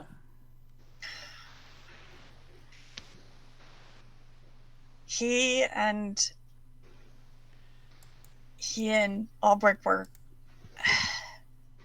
going at it, something fierce for that seat on the council, and he must have tampered with the launch codes or a data pad.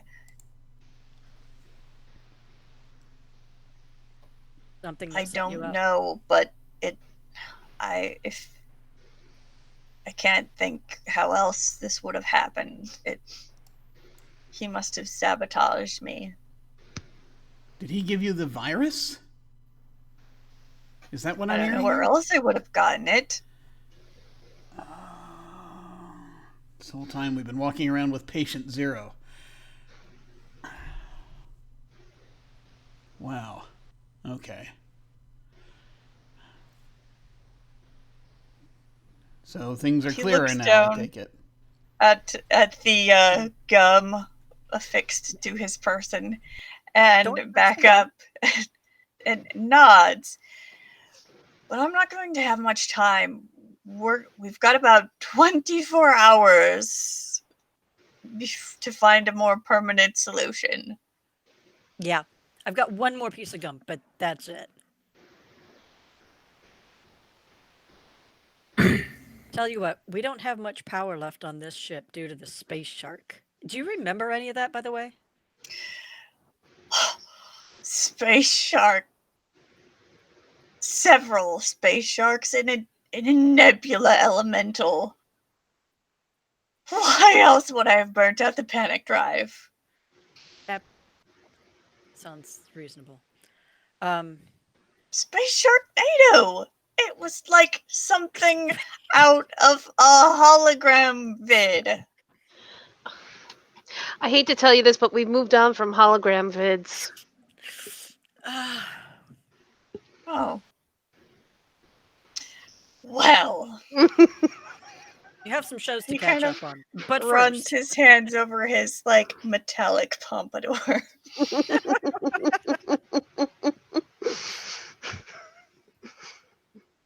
all right. So, hey, where's Ted, by the way? Ted hears his name and comes running back down the hall, followed by the 2 construct dogs. Ted, I think you and Trimaxion and I are going to have to put our heads together about a longer-lasting virus solution. Your immediate antivirus did a good job, but we've got a bigger problem on our hands. And we're probably going to need the resources of our ship. This seems Some self-evolving. for the dogs too. There's room for the dogs, yes. Get the gum out, split it up for the dogs. Yep. And you notice if you stick the gum on the dogs, it has that same sort of like the energy ripples through them, kind of like when Ted took on when Ted joined with the Wizmos and when you slapped it on Trimaxion. It's the same effect. Fritz, do you think this is gonna hold if we bring them back on the ship, or are we gonna need to do something else to quarantine them from the rest of our systems? I think we've got time. If we start running out of time, then we'll have to probably airlock and drag or something like that. Looks at Trimaxion, sorry, but we'll cross that bridge when we get there. But we do have a little time, but it is kind of, as he said, ticking away on us right now. Paladin. He looks at Lasness. I'm still holding Narita's hand from going for the bracelet. Yeah. What have you got in your toolbox? What have you got in your divine toolbox? The hammer's great, but I'd prefer that to last resort. Lay on hands can't do that, can it? No. You're going to need something a little stronger. Divine Smite, Channel Divinity.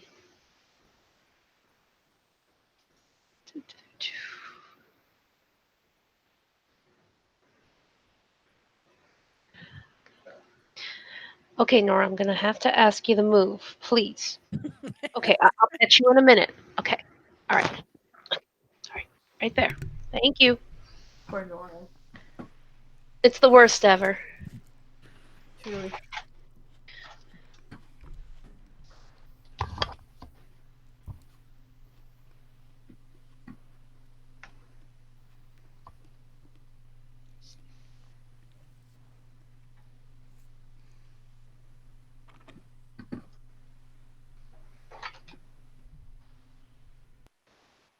So as Lasness is going over her mental divine toolbox,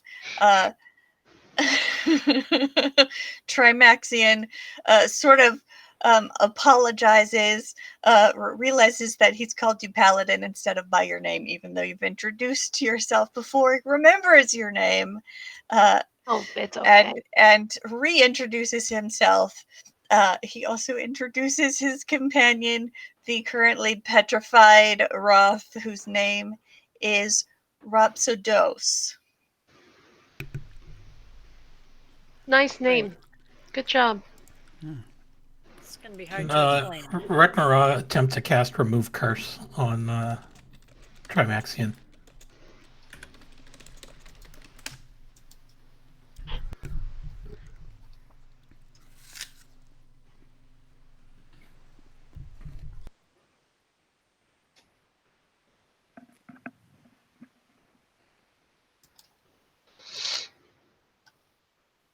All right. Now I have to flip to the page that will tell me. So I give you the correct information.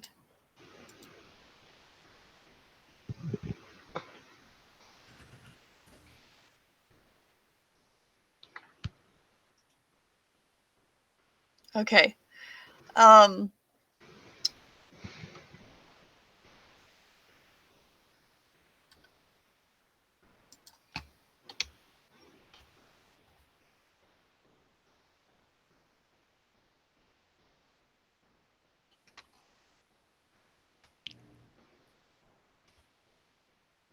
And you cast Remove Curse, and it doesn't quite take.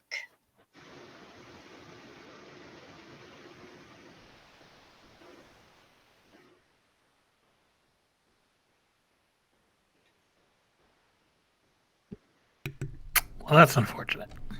About how long would it take us to get back to Saltmaw?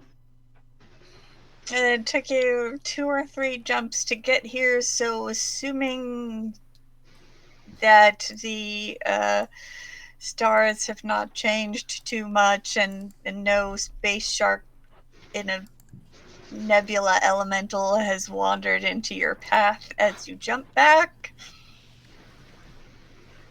Yeah, presuming that, yeah. And granted, your ship can only do so many jumps in one day, but you should be able to get back to Saltmaw by tomorrow at the latest. But probably more than 24 hours, which we don't want to chance. Yeah, where is probably tomorrow as far as that 24-hour window is concerned? Probably tomorrow.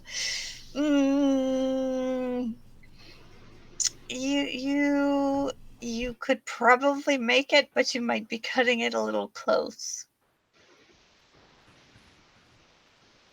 What's the worst that could happen if if the virus takes hold again before we get back? It could take over our ship and Unum, and then there would be a Trimaxion and an Unum that would be infected and doing whatever bad things are going on.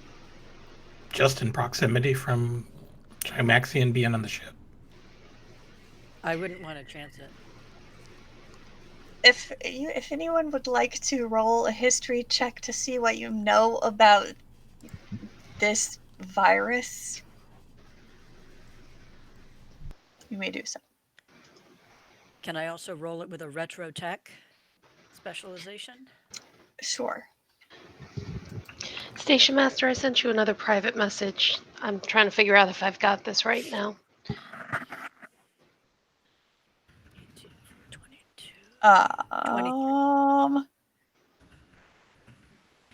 No.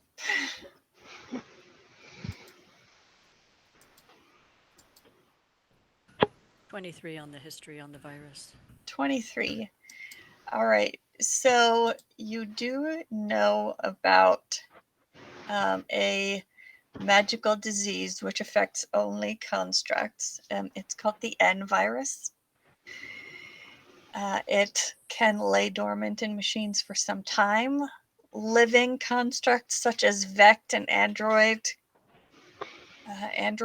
are particularly vulnerable, as the virus can completely overwrite their personalities as it runs its course. If a construct comes into physical contact with a construct infected with the virus, or uses an arcane terminal or other device infected with it, it will catch it. But it will probably catch it. There's a chance it might not.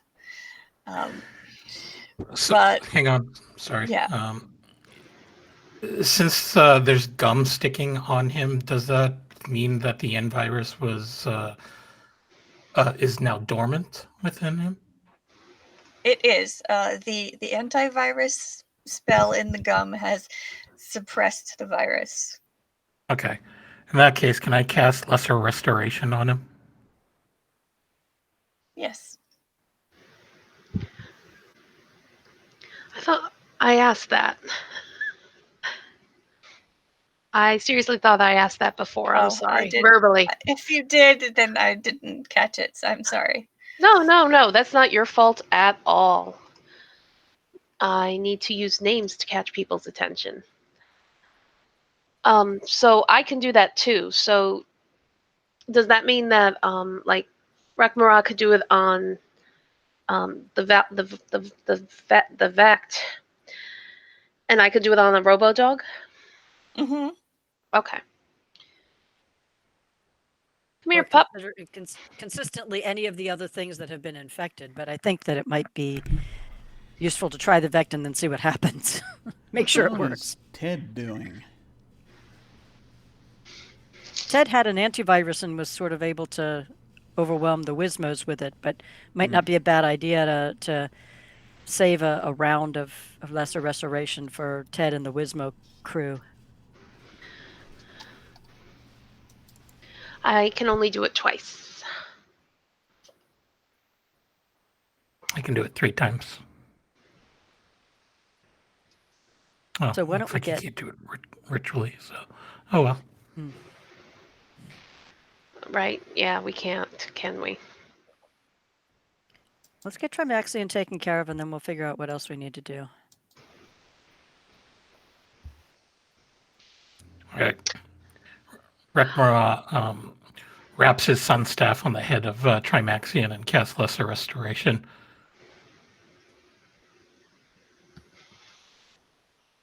This time you sense that the spell does take effect. And Trimaxian says, now, that's using your noggin. Or my noggin. Oh, great. It puns. Welcome aboard.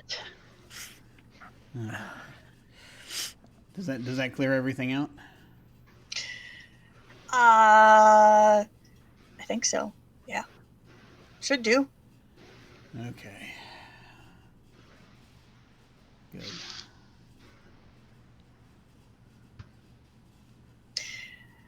Probably best if I don't touch anything on the ship. Is there anything else of value on the ship? Well, nothing that I would want to take over now.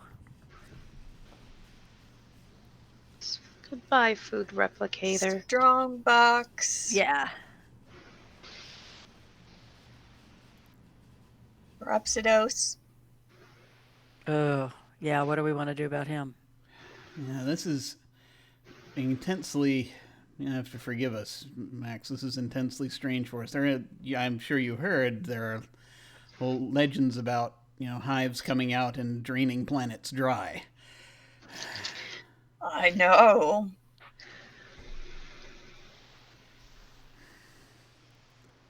But you've got Fun you've got a fact. relationship that seems to be working out. I do. Despite that. Fun fact. The Roth know quite a bit about the virus.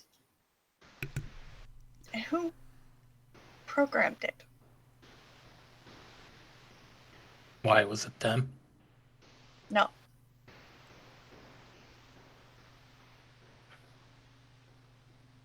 So who was it? The N virus comes from a Hytera.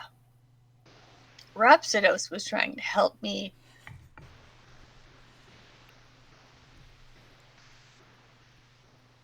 rewrite it. But unfortunately, they're running out of time.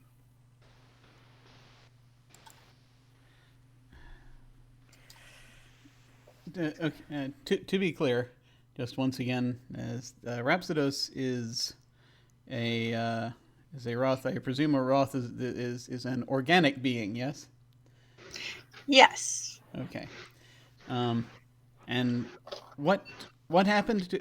I'm sorry. What are Rhapsodos's pronouns?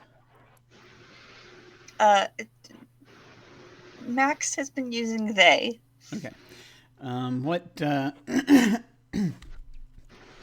What happened to them again?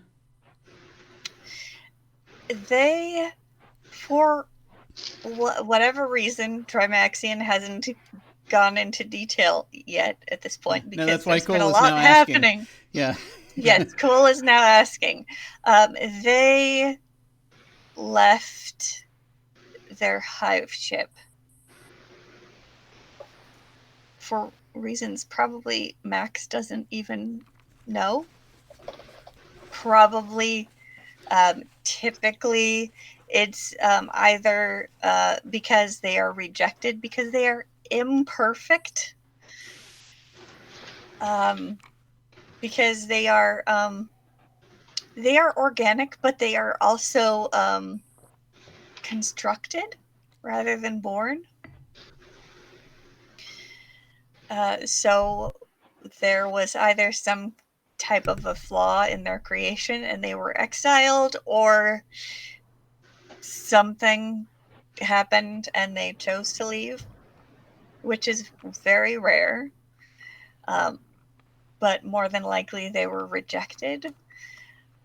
And so they were alone, and somehow they crossed paths with Max and realized what was going on with Max and thought, heck, I've got nothing to lose. I might as well try help this Vect. And Narita, you basically also hear that explanation in your head from Rhapsodos, who is attempting to explain themselves and smooth things over.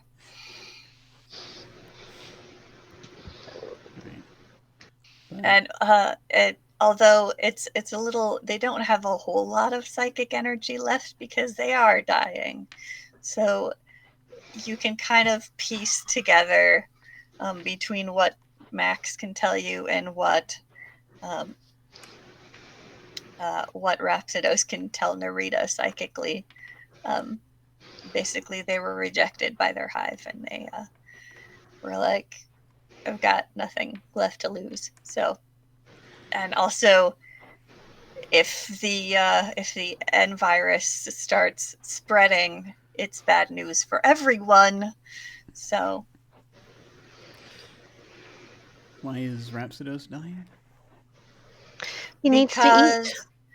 Yeah, because and also they were perceived as flawed, so maybe they have some sort of chronic illness in their genetic makeup as well. But when a Vect is separated from their hive and no longer can feed on the sources of psionic power that they have harvested from various planets, they begin to degrade. Do we know of any sources of psionic power other than, sentient beings? You mean Chiron? Well, yeah, I was hoping we wouldn't. Oh, no. Yeah, All that occurred to roads. me, too. There's rather a lot of it there. Yeah. But That we said, might we need to haven't deal been in a with while. We haven't been to Chiron Yeah. in a while, everyone. Yeah, before we There's a reason why we don't go back to Chiron. Because you're scared of brainworms. Why are you so There- pro brainworm? Because I don't have any yet. It was a close thing, but she did not get them. She's got something. But That's it's not brainworms. It's not brainworms. Yeah. So Trimaxion was primarily trying to what? What has Trimaxion been up to all this time? Yeah, I I mean, wonder. Trimaxion, like with or without the virus, what is Trimaxion's current goal? I mean, assuming that we have stabilized the virus situation for Trimaxion right now, which takes away the immediate I survival think issue. it's safe to assume that Gellin Primewater has I'm very, very late for a very important date, and it's safe to assume that Gellin Primewater has swooped in and snapped up that business opportunity. So Yeah. I find myself out of a job and without a ship. And I hate to think that I might have to settle down and get a mortgage. Can you imagine? I try not to. Nah. Ownership of No. land is so last millennial.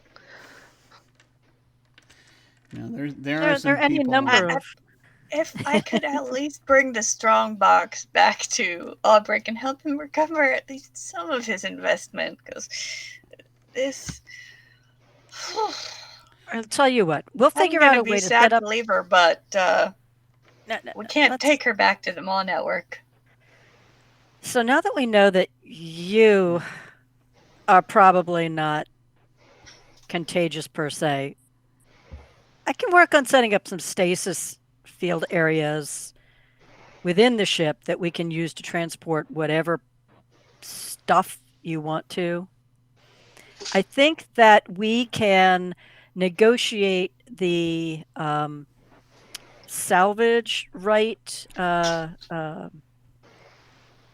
fees that we had discussed. Cole, this was kind of in your bailiwick. If we seem to have A, found what's remained of the ship, and even though we can't return it, B, returned some of the contents of said ship. Oh, I think they're going to be. Yeah, oh, yeah.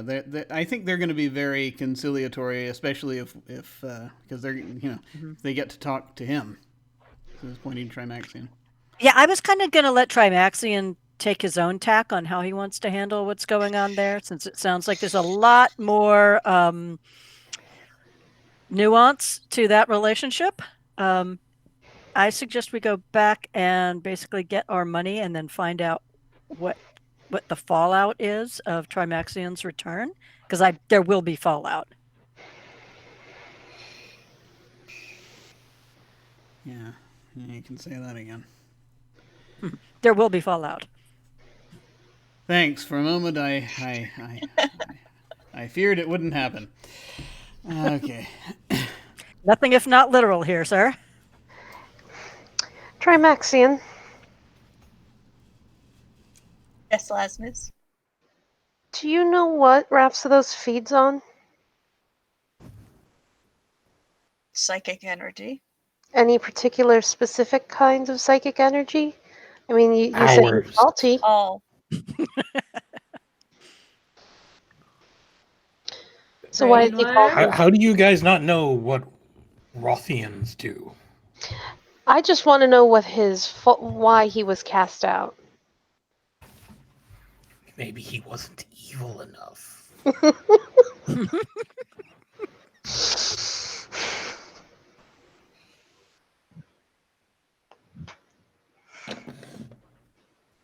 Who knows? You'd have to ask the Roth Primarch, and I don't think that would be a pleasant encounter. Or survivable, for that matter.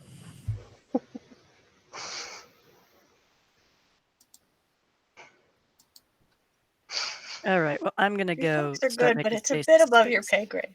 Yeah. Yeah. So Fritz is gonna do what?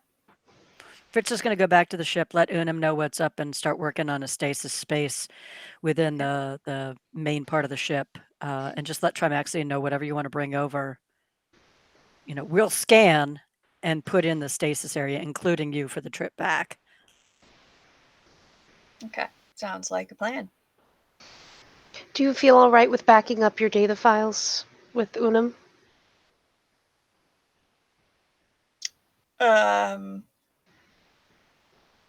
Didn't we cure him, so he's okay? That's not a character question. Yeah. Yeah. Ow, ow, ow, thank you. That wasn't muted.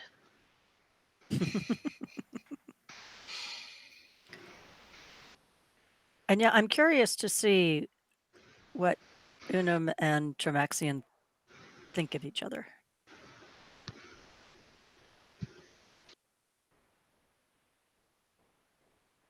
Well, Trimaxian will be quite fascinated to learn who/what Unum is.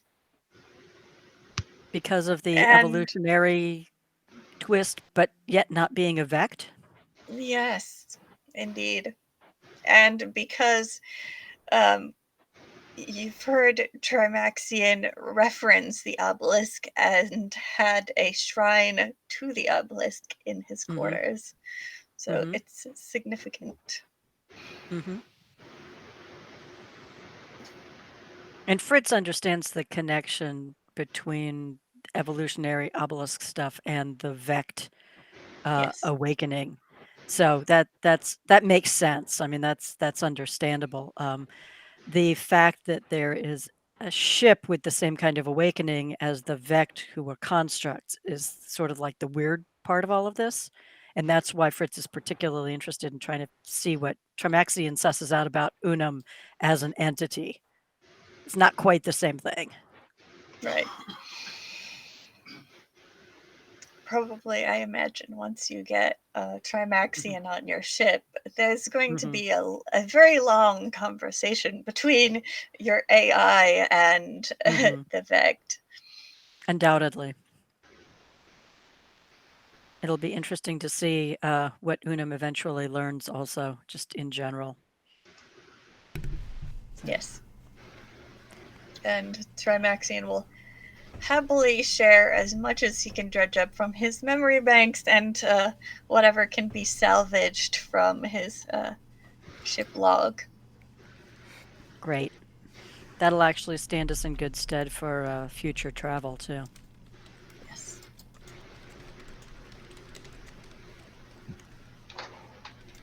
All right. Everybody ready to hang on and make some jumps back? So yeah, presumably, sorry, I had to leap away for just a second.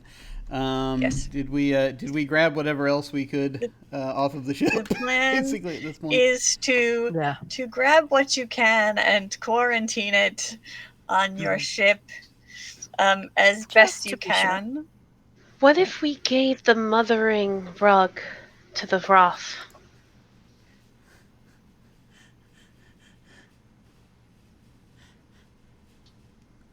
What if? Be very interesting. It's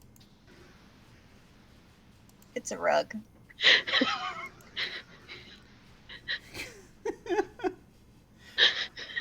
I think we basically. It's a mother in a rug. You're muted. Yeah. Me? I highly suggest that you start wearing a helmet when you ride into battle. Concussions are a terrible thing.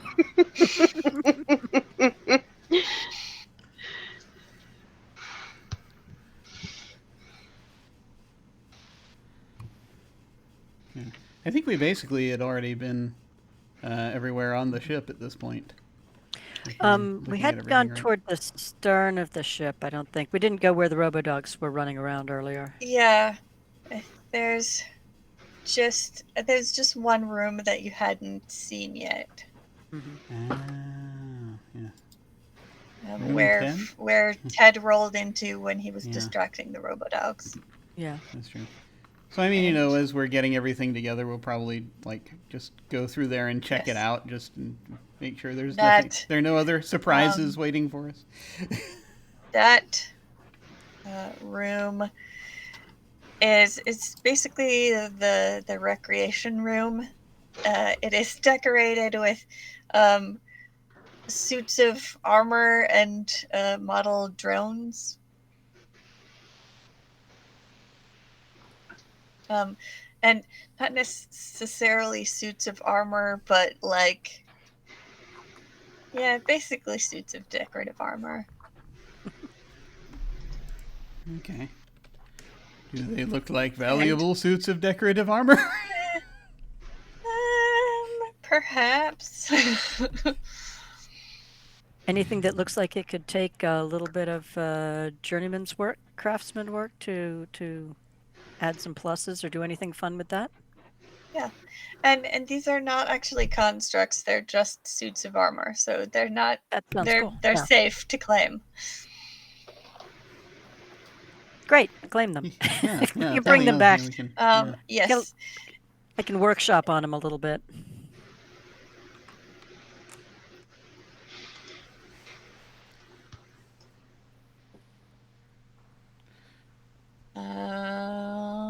Yep. And Trimaxian also has on his person a drone controller, although as stated earlier, he did deploy the ship's defense drones as an attempt, a feeble attempt to distract the Sharknado. So That's fair.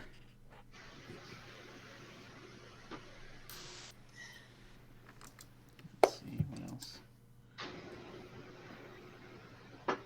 Yeah, I think that I think that's basically that was going to be pretty much. I'm trying to think if there was anything else I wanted to ask about, but it's. I mean, we've got the trip back and all that, but sounds like we've got everything together.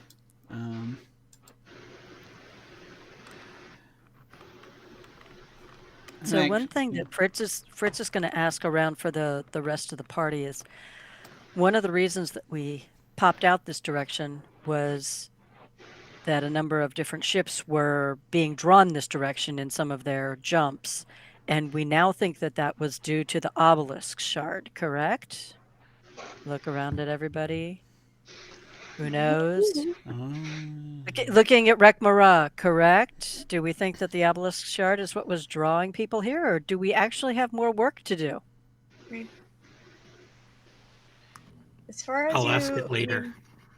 No, you didn't really have much of a sense what the connection was between all the pilots that were jumping here, except they were all taking that experimental jump dust. Does the we've like grabbed all of the logs at this point, right? Does that include scanning logs for like this area or anything like that? You have Trimaxian's personal log because all of the ship computers are now without power.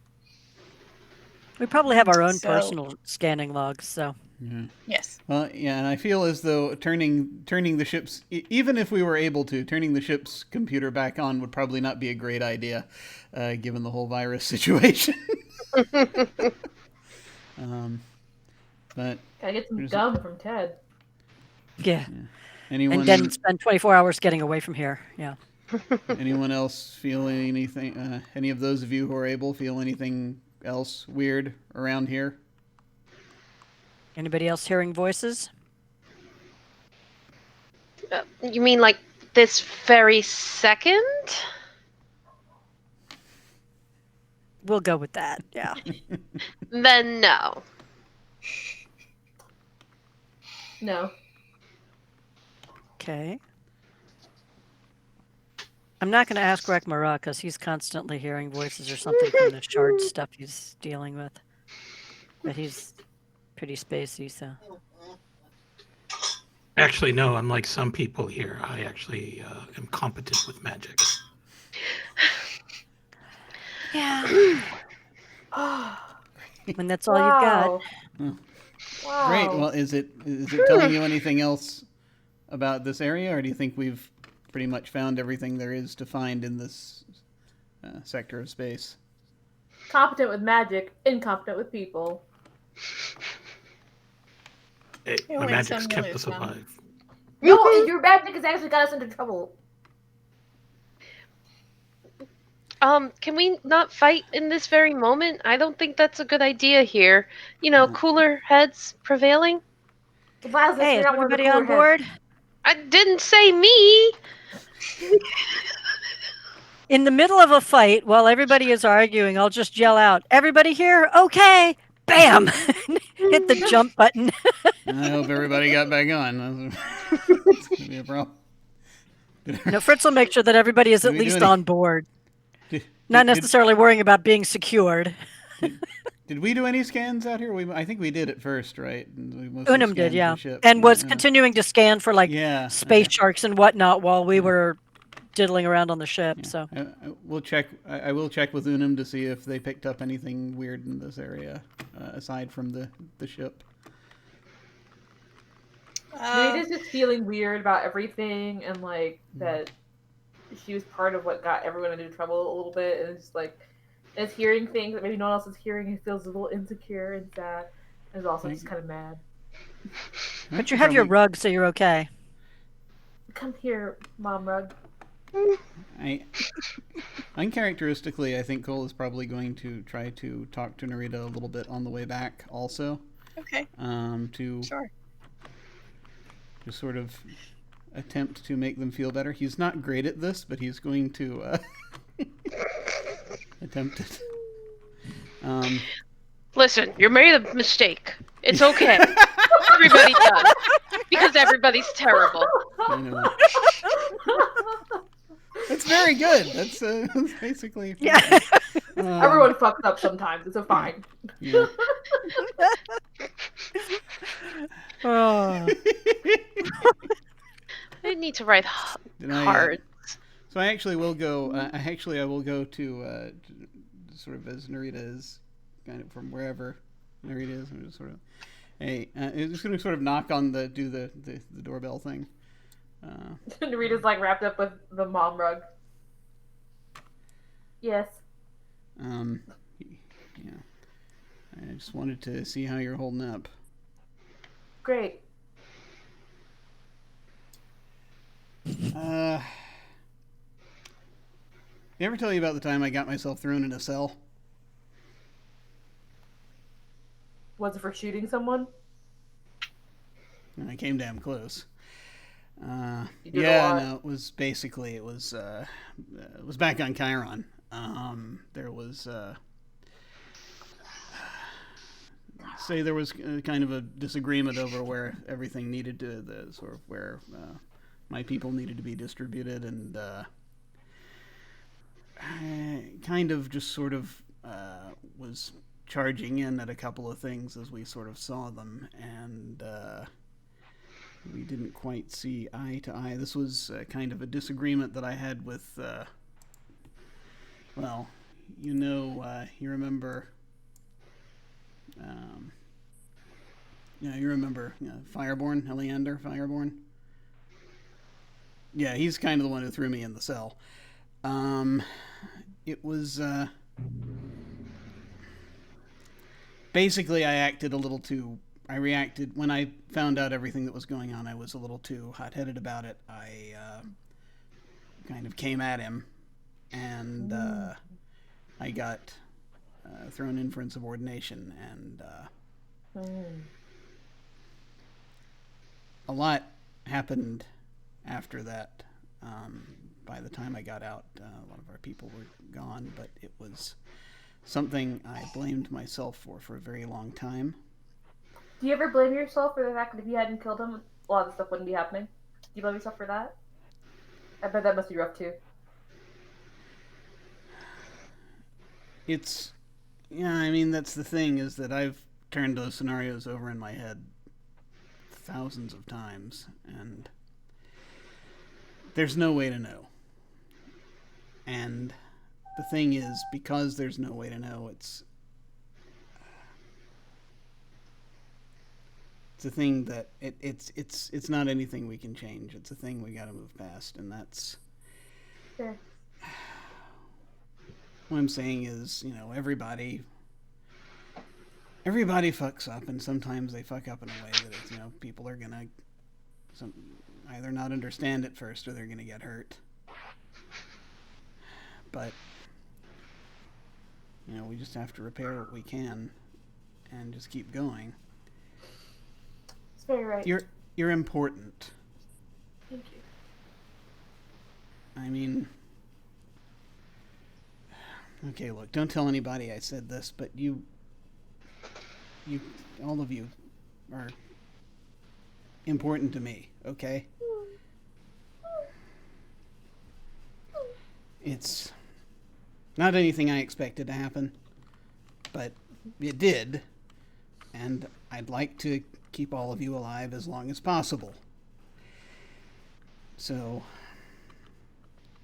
I am sorry that I seem to be coming at you a bit there, back on the ship, but I just wanted to make sure you were okay. I wanted to make sure everybody's okay.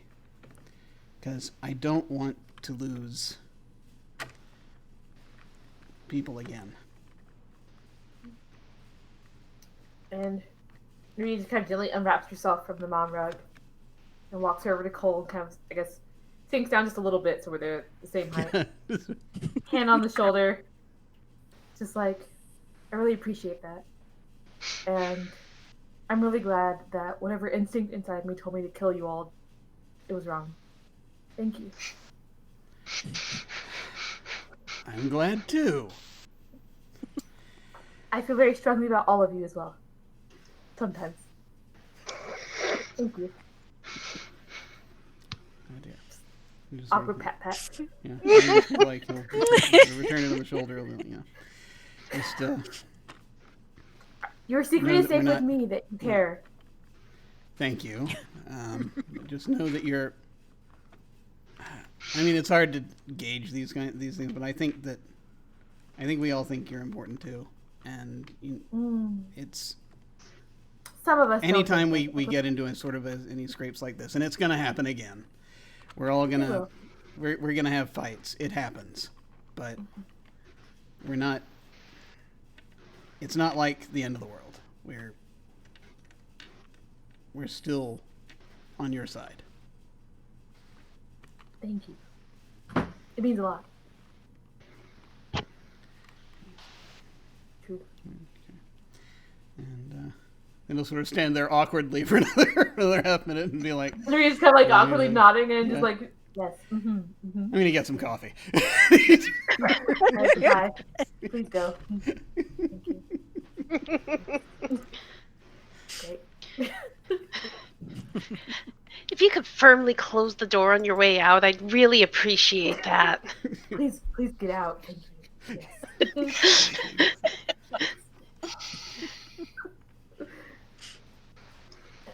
We're still awaiting the real apology. Narita's just kind of wrapped back up in mom rug, being gently told about how, yes, she made some mistakes, but other people are worse. By mom rug. Yep. I'm feeling comforted. I hope the gum on the bottom sticks to you. I have no virus. It doesn't affect me any. I'm waiting for 24 hours for it to wear off. Oh no, then Mara will try to strangle me again. Might happen. Gotta get rid of Mom Rug before then. There's 2 people who can help you with that. Are there? One. Jesus. I distinctly remember one person get themselves out of the run. The rest of us just being useless. Whew. Gotta dump this thing in space before it goes back.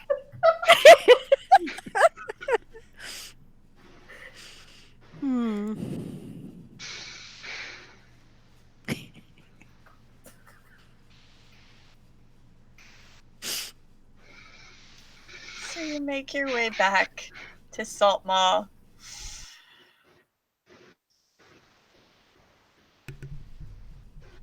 With a Roth statue.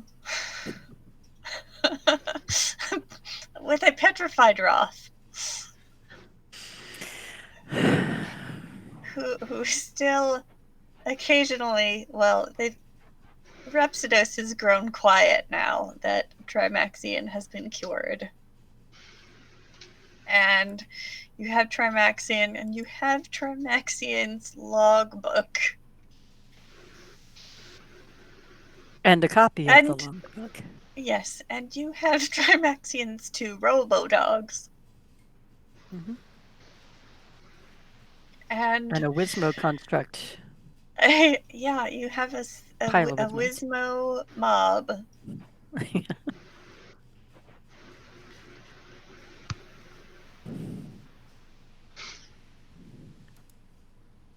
And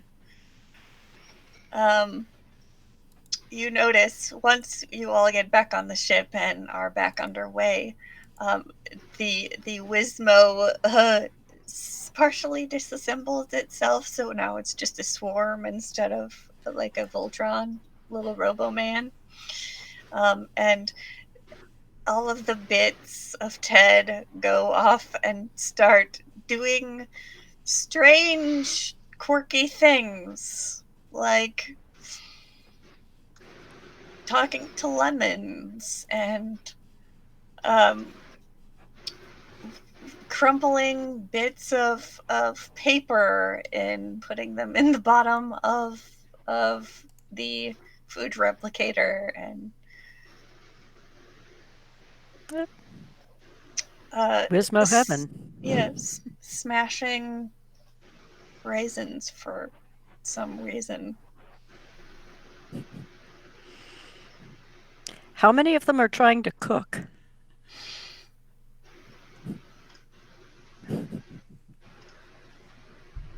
Just Ted. Okay, I was just wondering how many more versions of Ted recipes we were going to end up with. Just Ted. Ted. He's decided he wants to make toast. And when I say make toast, he takes the bread and he cuts it into the shape of letters and will have them arranged on the table in a message. Help me, Mom.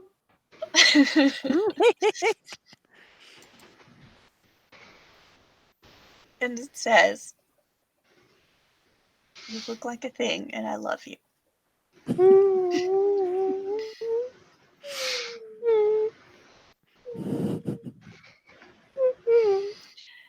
And that is where we are going to wrap tonight's episode. As you arrive, or you are approaching Saltmaw Station, and you will have all kinds of fallout to deal with next time, and all kinds of salvage work, which we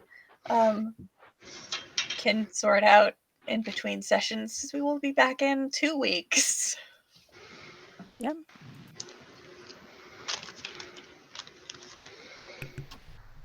Awesome.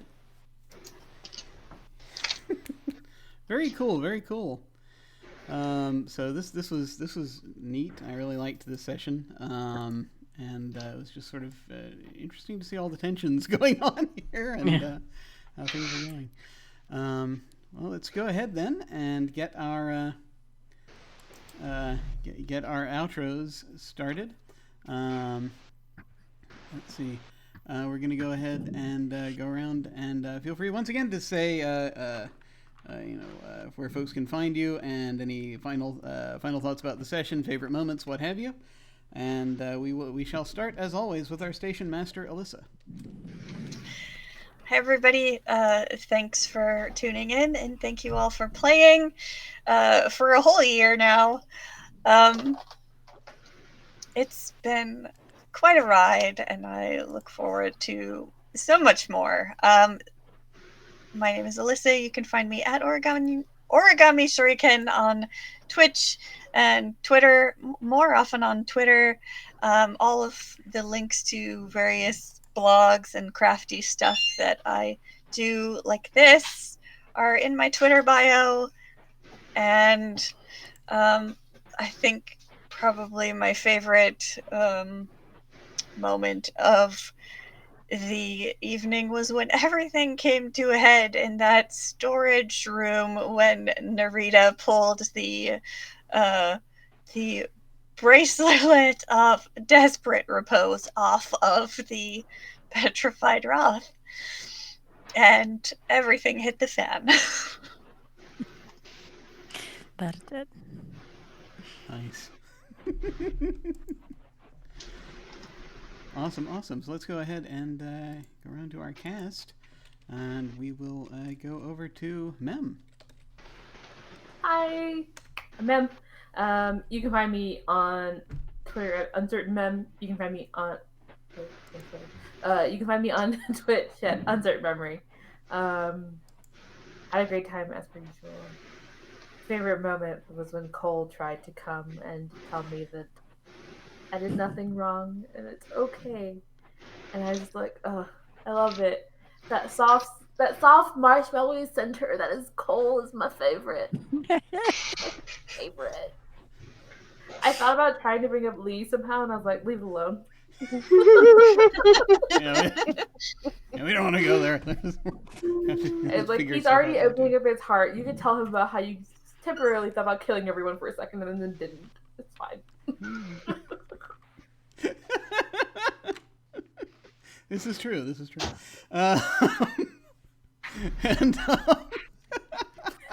Just for a second. And a slight moment. Just a tiny little moment it popped up, and then you're like, no, not that. No, wait, no. We'll unpack that later. Yeah. And now we'll head over to May. Hi everybody, my name is May. I have a Twitter account. I don't really use it. It's there, but again, don't really use it. I'm pretty much here. I had so much fun. This has been a great way to spend a year. I couldn't think of anything better. Thank you. Yay! Very cool. And now over to Cazimi.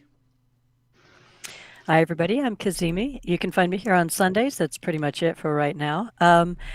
Favorite moments, besides the obvious sort of crystallizing moment of the evening in the room with Mems almost destroying us all.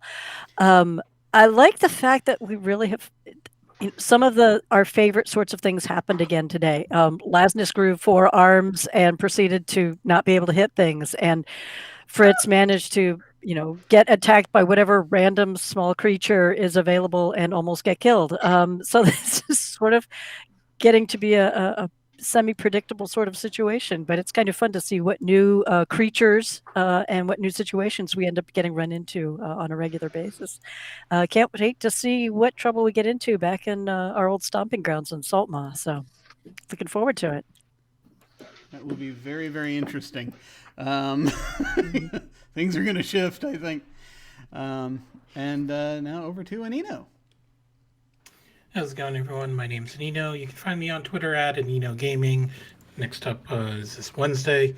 I'll be over on the Utopia channel at 9 p.m. Eastern Time for another exciting episode of Kahania.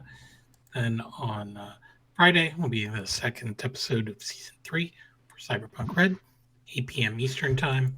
And then a doubleheader on Saturday where I will be in a new campaign, the Scion campaign that Wandering DM is running over on the Level Up Dice channel.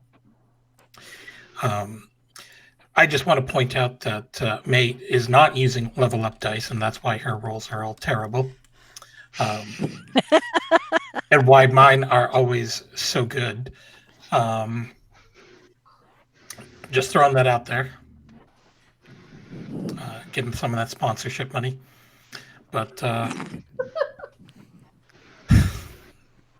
then Saturday evening is going to be the third episode of The Regiment,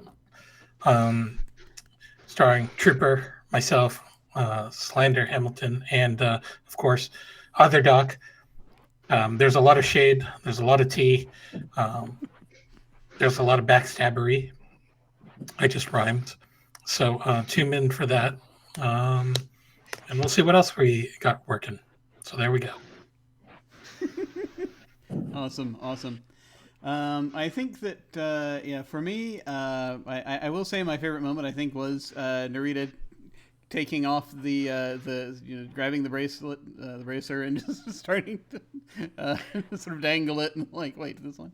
That was very cool. That was fun. And just everything that led to that was really good. I so enjoy this game. I really do. And all the various opportunities for space tropes we get to play with, they are wonderful. Let's see. I would also once again I shall bow my head in thanks to Jade Nebula for the art. And I am Jim Ryan. You can find me at OtherDoc on both Twitch and Twitter. My website is jimyesthatjim.com, where you can find my Geek Observation podcast and links to my various other podcasts, audio dramas, writings, and such. I have links down below to my various media. On this channel on Thursday night, we should be getting back finally to Witch Hunt, which we've had to delay a little bit, and hopefully we should be good for this Thursday. That is once again Spell the RPG is the system being run by the creator of Spell the RPG, Taylor. On Saturday, I'm over on Praxis channel, Praxagorthosmophoria, as playing in the regiment, as previously discussed. And then, of course, 1 week from today, nothing, but 2 weeks from today, we shall resume this. And I am very much looking forward to it and seeing what happens. Right now, once again, we're still holding off on various other things, signups and what have you, but more stuff is coming. It's just, once again, slowly. So when we hit the end card, I'm going to send a raid. Let's see. Happy Capster is playing Alice is Missing, which is a game I have some interest in. I've been curious about. Not a lot of people on screen. There's a lot of text going back and forth, but if folks would like to check that out, we're going to go ahead and head over there and say hi. Feel free to hang on if you're so inclined and say hi with us. That, again, will be when we hit the end card. In the meantime, folks, thank you all very much for watching. Take care, and we'll catch you next time. Farewell.